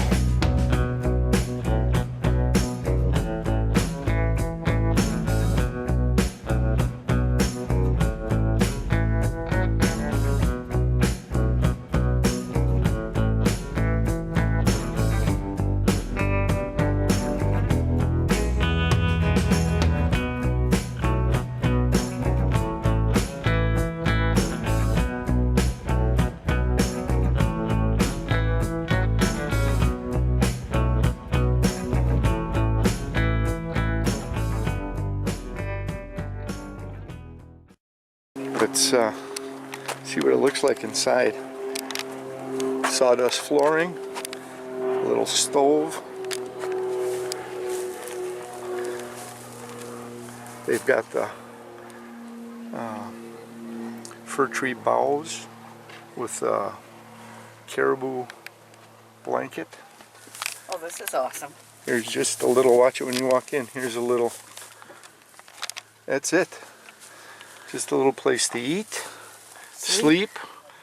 Head literally bent over in here. Cook. So, got your cook pans in that. Light. Here's the outside of the door with bark on. So, the trapline cabin. And again, similar roof, earthen, allowed the grass to grow. Very cool. Alright, up in Alaska, here's some trapping info for you. We've got a 7-foot timber wolf from nose to tail. My wife Sandy's standing next to it. Lynx next to that. Wolverine here. Foxes here. Red fox, silver. Arctic fox on the end. These three can be from the same litter. Oh yeah, that's right. They did say that, didn't they? And then up on top here, we've got muskrat, which they make hats out of. John, if you don't want to sell the pelt, you should learn how to make hats. 2 on the side, 1 on the top. You got enough pelts, you can dress us all out in hats for trapping this winter. Yeah, he could. Craig can sew them. And there's beaver pelt on the stretcher, homemade stretcher, and additional pelts inside. And of course, the catch cabin, built up off the ground to store all that, keep the animals and the snow out. A little bit on the trapping. We do modern trapping, as you know, but a little bit of history here. Up in Alaska, the native Alaskans, they said we do modern day trapping with the steel traps. It'd be interesting. They didn't talk too much about that and how they would have trapped back then. Here we go. One of the last remaining cabins from the Indian village, early 1900s. This was the chief's cabin.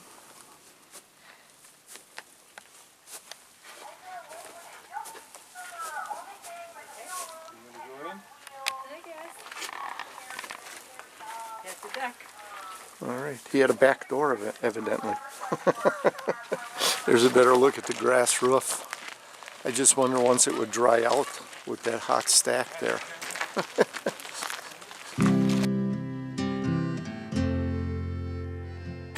There we go. A little bit bigger. More the size of our cabin.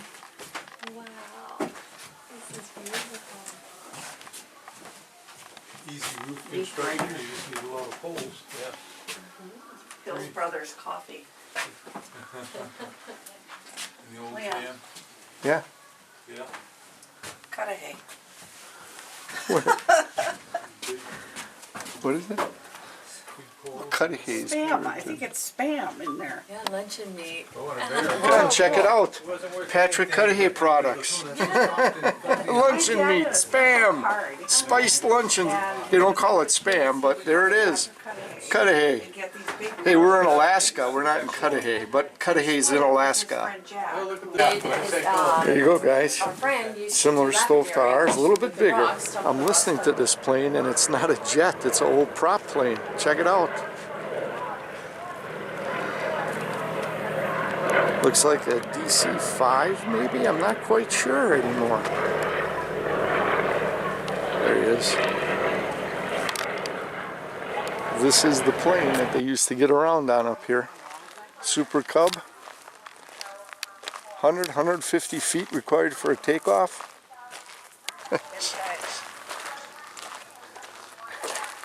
Yeah, it's gonna need a little work. There you go.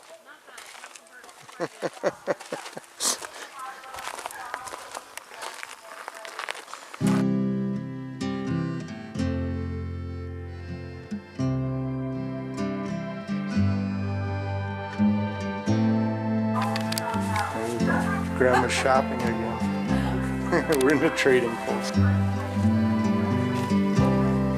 I think it was 89 cents a bar.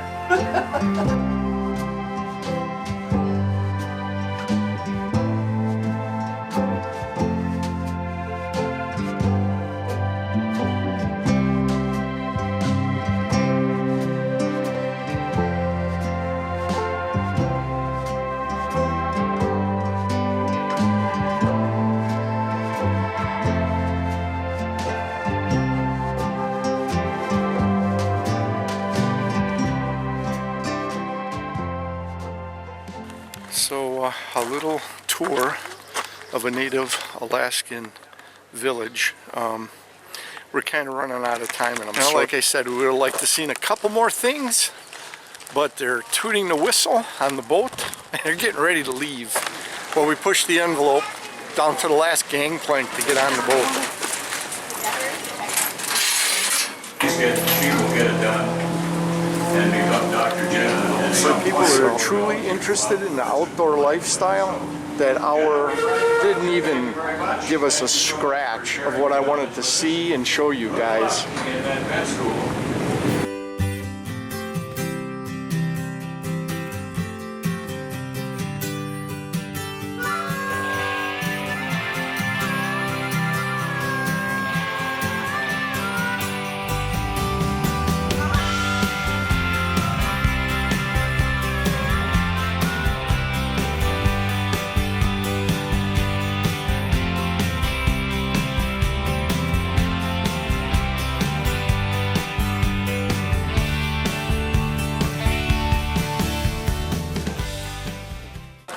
So we're in Fairbanks, Alaska.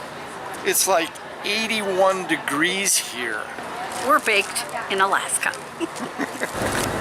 Heading to the gold dredge next. We're going to add to our $25 of gold. Look for the big nugget. Yep, we're going to be turning left on Western. So on the sign you saw a circle, that referred to the Arctic Circle. It was 156 miles right now from the Arctic Circle.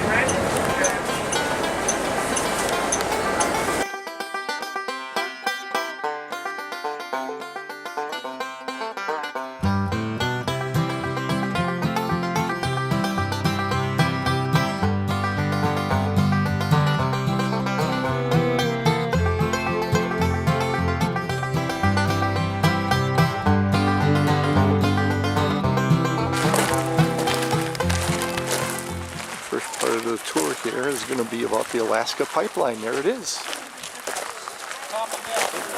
Okay, so here you can see the pole support out of the ground in the bracket. My name is Tim. And this is a close-up of the bracket holding the pipe itself. Doesn't have a hard time here with you. I've been in Alaska now for most of my life. I came up here when I was a wee-little boy in 1979. Alaska. Alaska is an ancient Alaskan Native Indian word that means great or main land. It's the Alaskan Pipeline Service Company that's responsible for maintaining this pipeline. What you see here is not the actual pipeline. It's inside there. It's 4 feet in diameter. The average thickness of that steel is about 5/8 of an inch. They've got insulation wrapped around the outside of that pipeline. What you see here is the outermost steel sheeting encasement to protect it all from the weather. Now, about half of this pipeline was constructed above ground. About half of it was placed below. They preferred to bury it. It tended to be safer that way. Chasing sunshine round the bend, winding through the trees like a ribbon in the wind.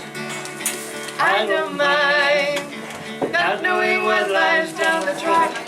'cause I'm looking out ahead to keep my mind from turning back. By now. On the way to make a fortune. He was an Italian immigrant, ironically a coal mine.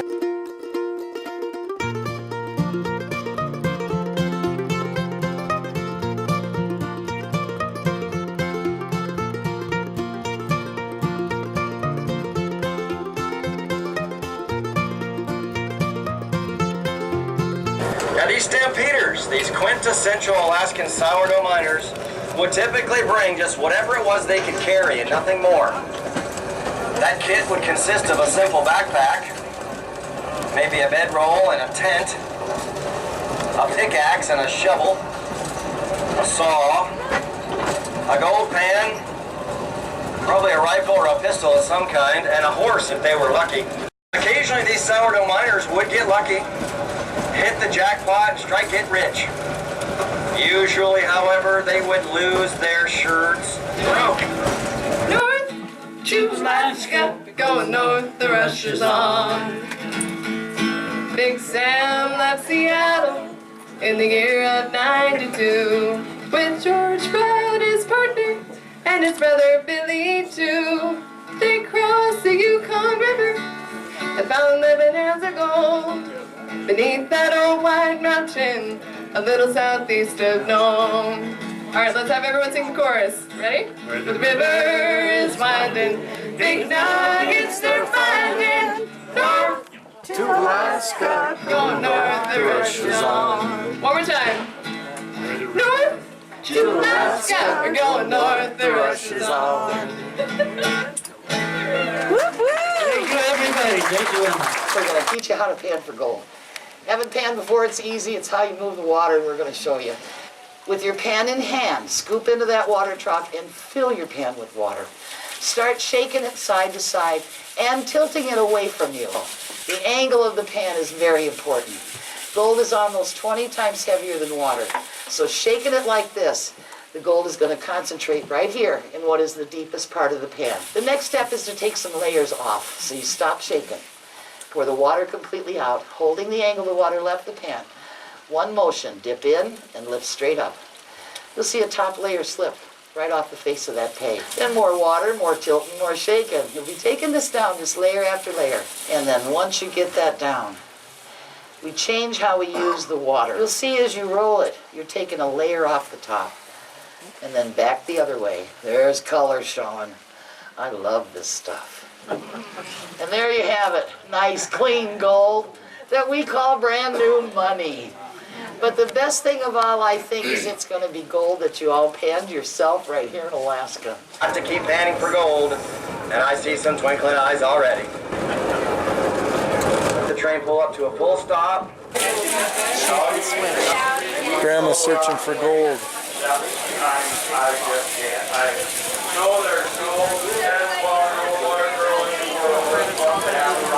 You know the big one. Probably not.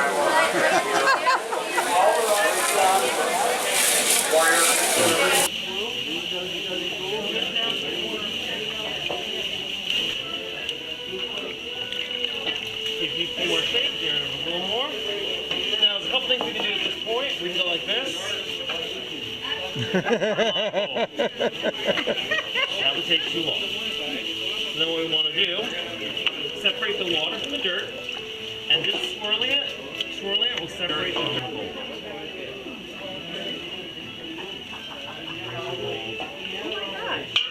Yeehaw!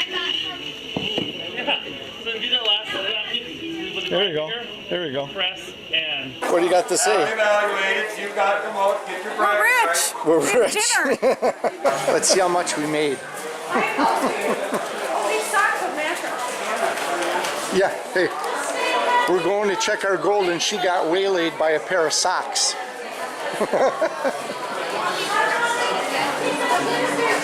It's hard work though, it really is. It takes a lot of practice being good. I've been here forever and you do it under like There's Sandy's gold. I'm probably not quite there yet, but to your map, which is awesome. 23, woo! Wow. Here you go. Have Have a great day, ma'am. We're gonna see who outpanned who, right? You're interested? All right. And how are you liking Alaska? Nice. This is a bucket list for us. So we're going to check off one of our bucket lists. I said I want to pan for gold and fish for salmon. Now I've done it. Definitely a waiting game. Do you fish back home? Oh yes. I mean, gold and silver. You get jewelry pieces, like you can get a necklace. We sell chains also here. You get jewelry pieces, or there's all these options and more all on the back counter. So yeah. You just want to remember your word so they know what. $24 in gold.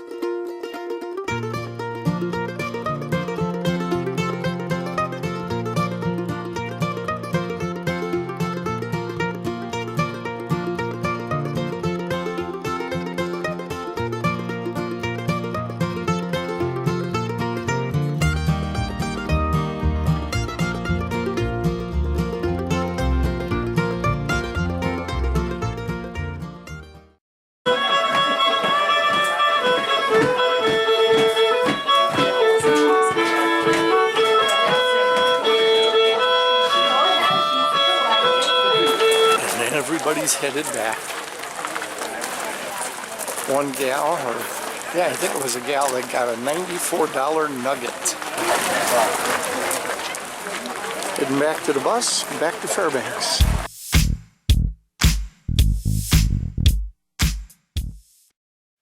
So we're gonna hike the sanctuary. So we're here, gonna go around the lake. A couple of viewing points around the lake and back. So let's see what we see, hey? Oh, look at this.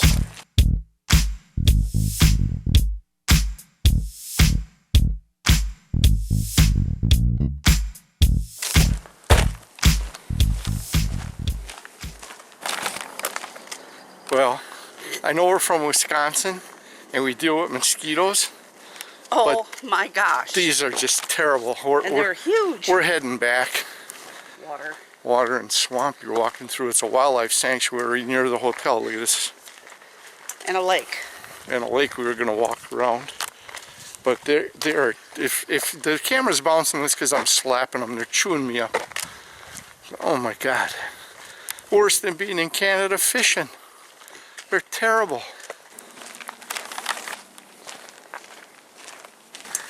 Well, we came out to see wildlife, and yeah. Laughing the crap out of my husband. And we saw wildlife, the winged variety. We got a ways to go. Hold on, stop. But okay. I can't stop. They're all One over my us. elbow. They're all over us. So I'm guessing that we made it to about here. Someplace in here. We turned around because of the skeeters. It's a little after 7 and it looks like it's 1 o'clock in the afternoon with the sun. Yep. The sun is just past its peak. This is the longest day of daylight. 24-hour sun. So it'll be light all day long. They got a lot of festivals going on. They got a midnight baseball game going on where they'll play under natural light. And a bunch of parties going on downtown. Away. So, whew. Oh, I got the air conditioning blowing right on me. Who would have thunk? We're about 160 miles from the Arctic Circle, and it's 81 degrees here in Fairbanks, Alaska. Unreal. It's warmer here than it is back home in Milwaukee. We looked it up. It's in the 60s back home. I got 81 degrees here in Fairbanks. Today's the longest day of the year, but right now I'm trying to cool off from that mosquito mess that we walked into. It was a nice idea till the mosquitoes started.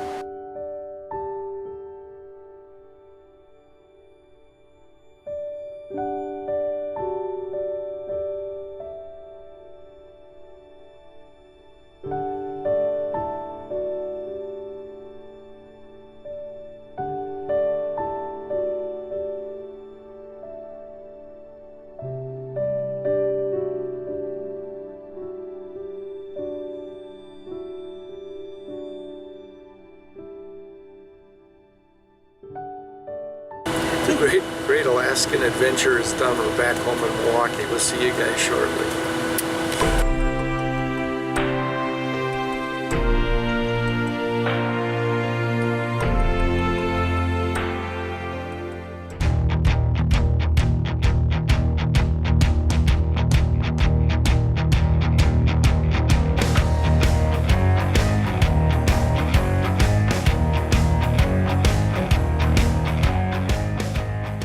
Hi, that's the end of this week's video episode. Hope you enjoyed it. If you like this episode, please click on the like button. Then go ahead and click the subscribe button also if you haven't become a subscriber yet. This way you won't miss any of the future videos that I put out. You'll be notified. Feel free to comment below, or you can also drop us an email at rapantoutdoors360@gmail.com. Looking forward to hearing from you guys, and as always, thanks for watching. See you next time.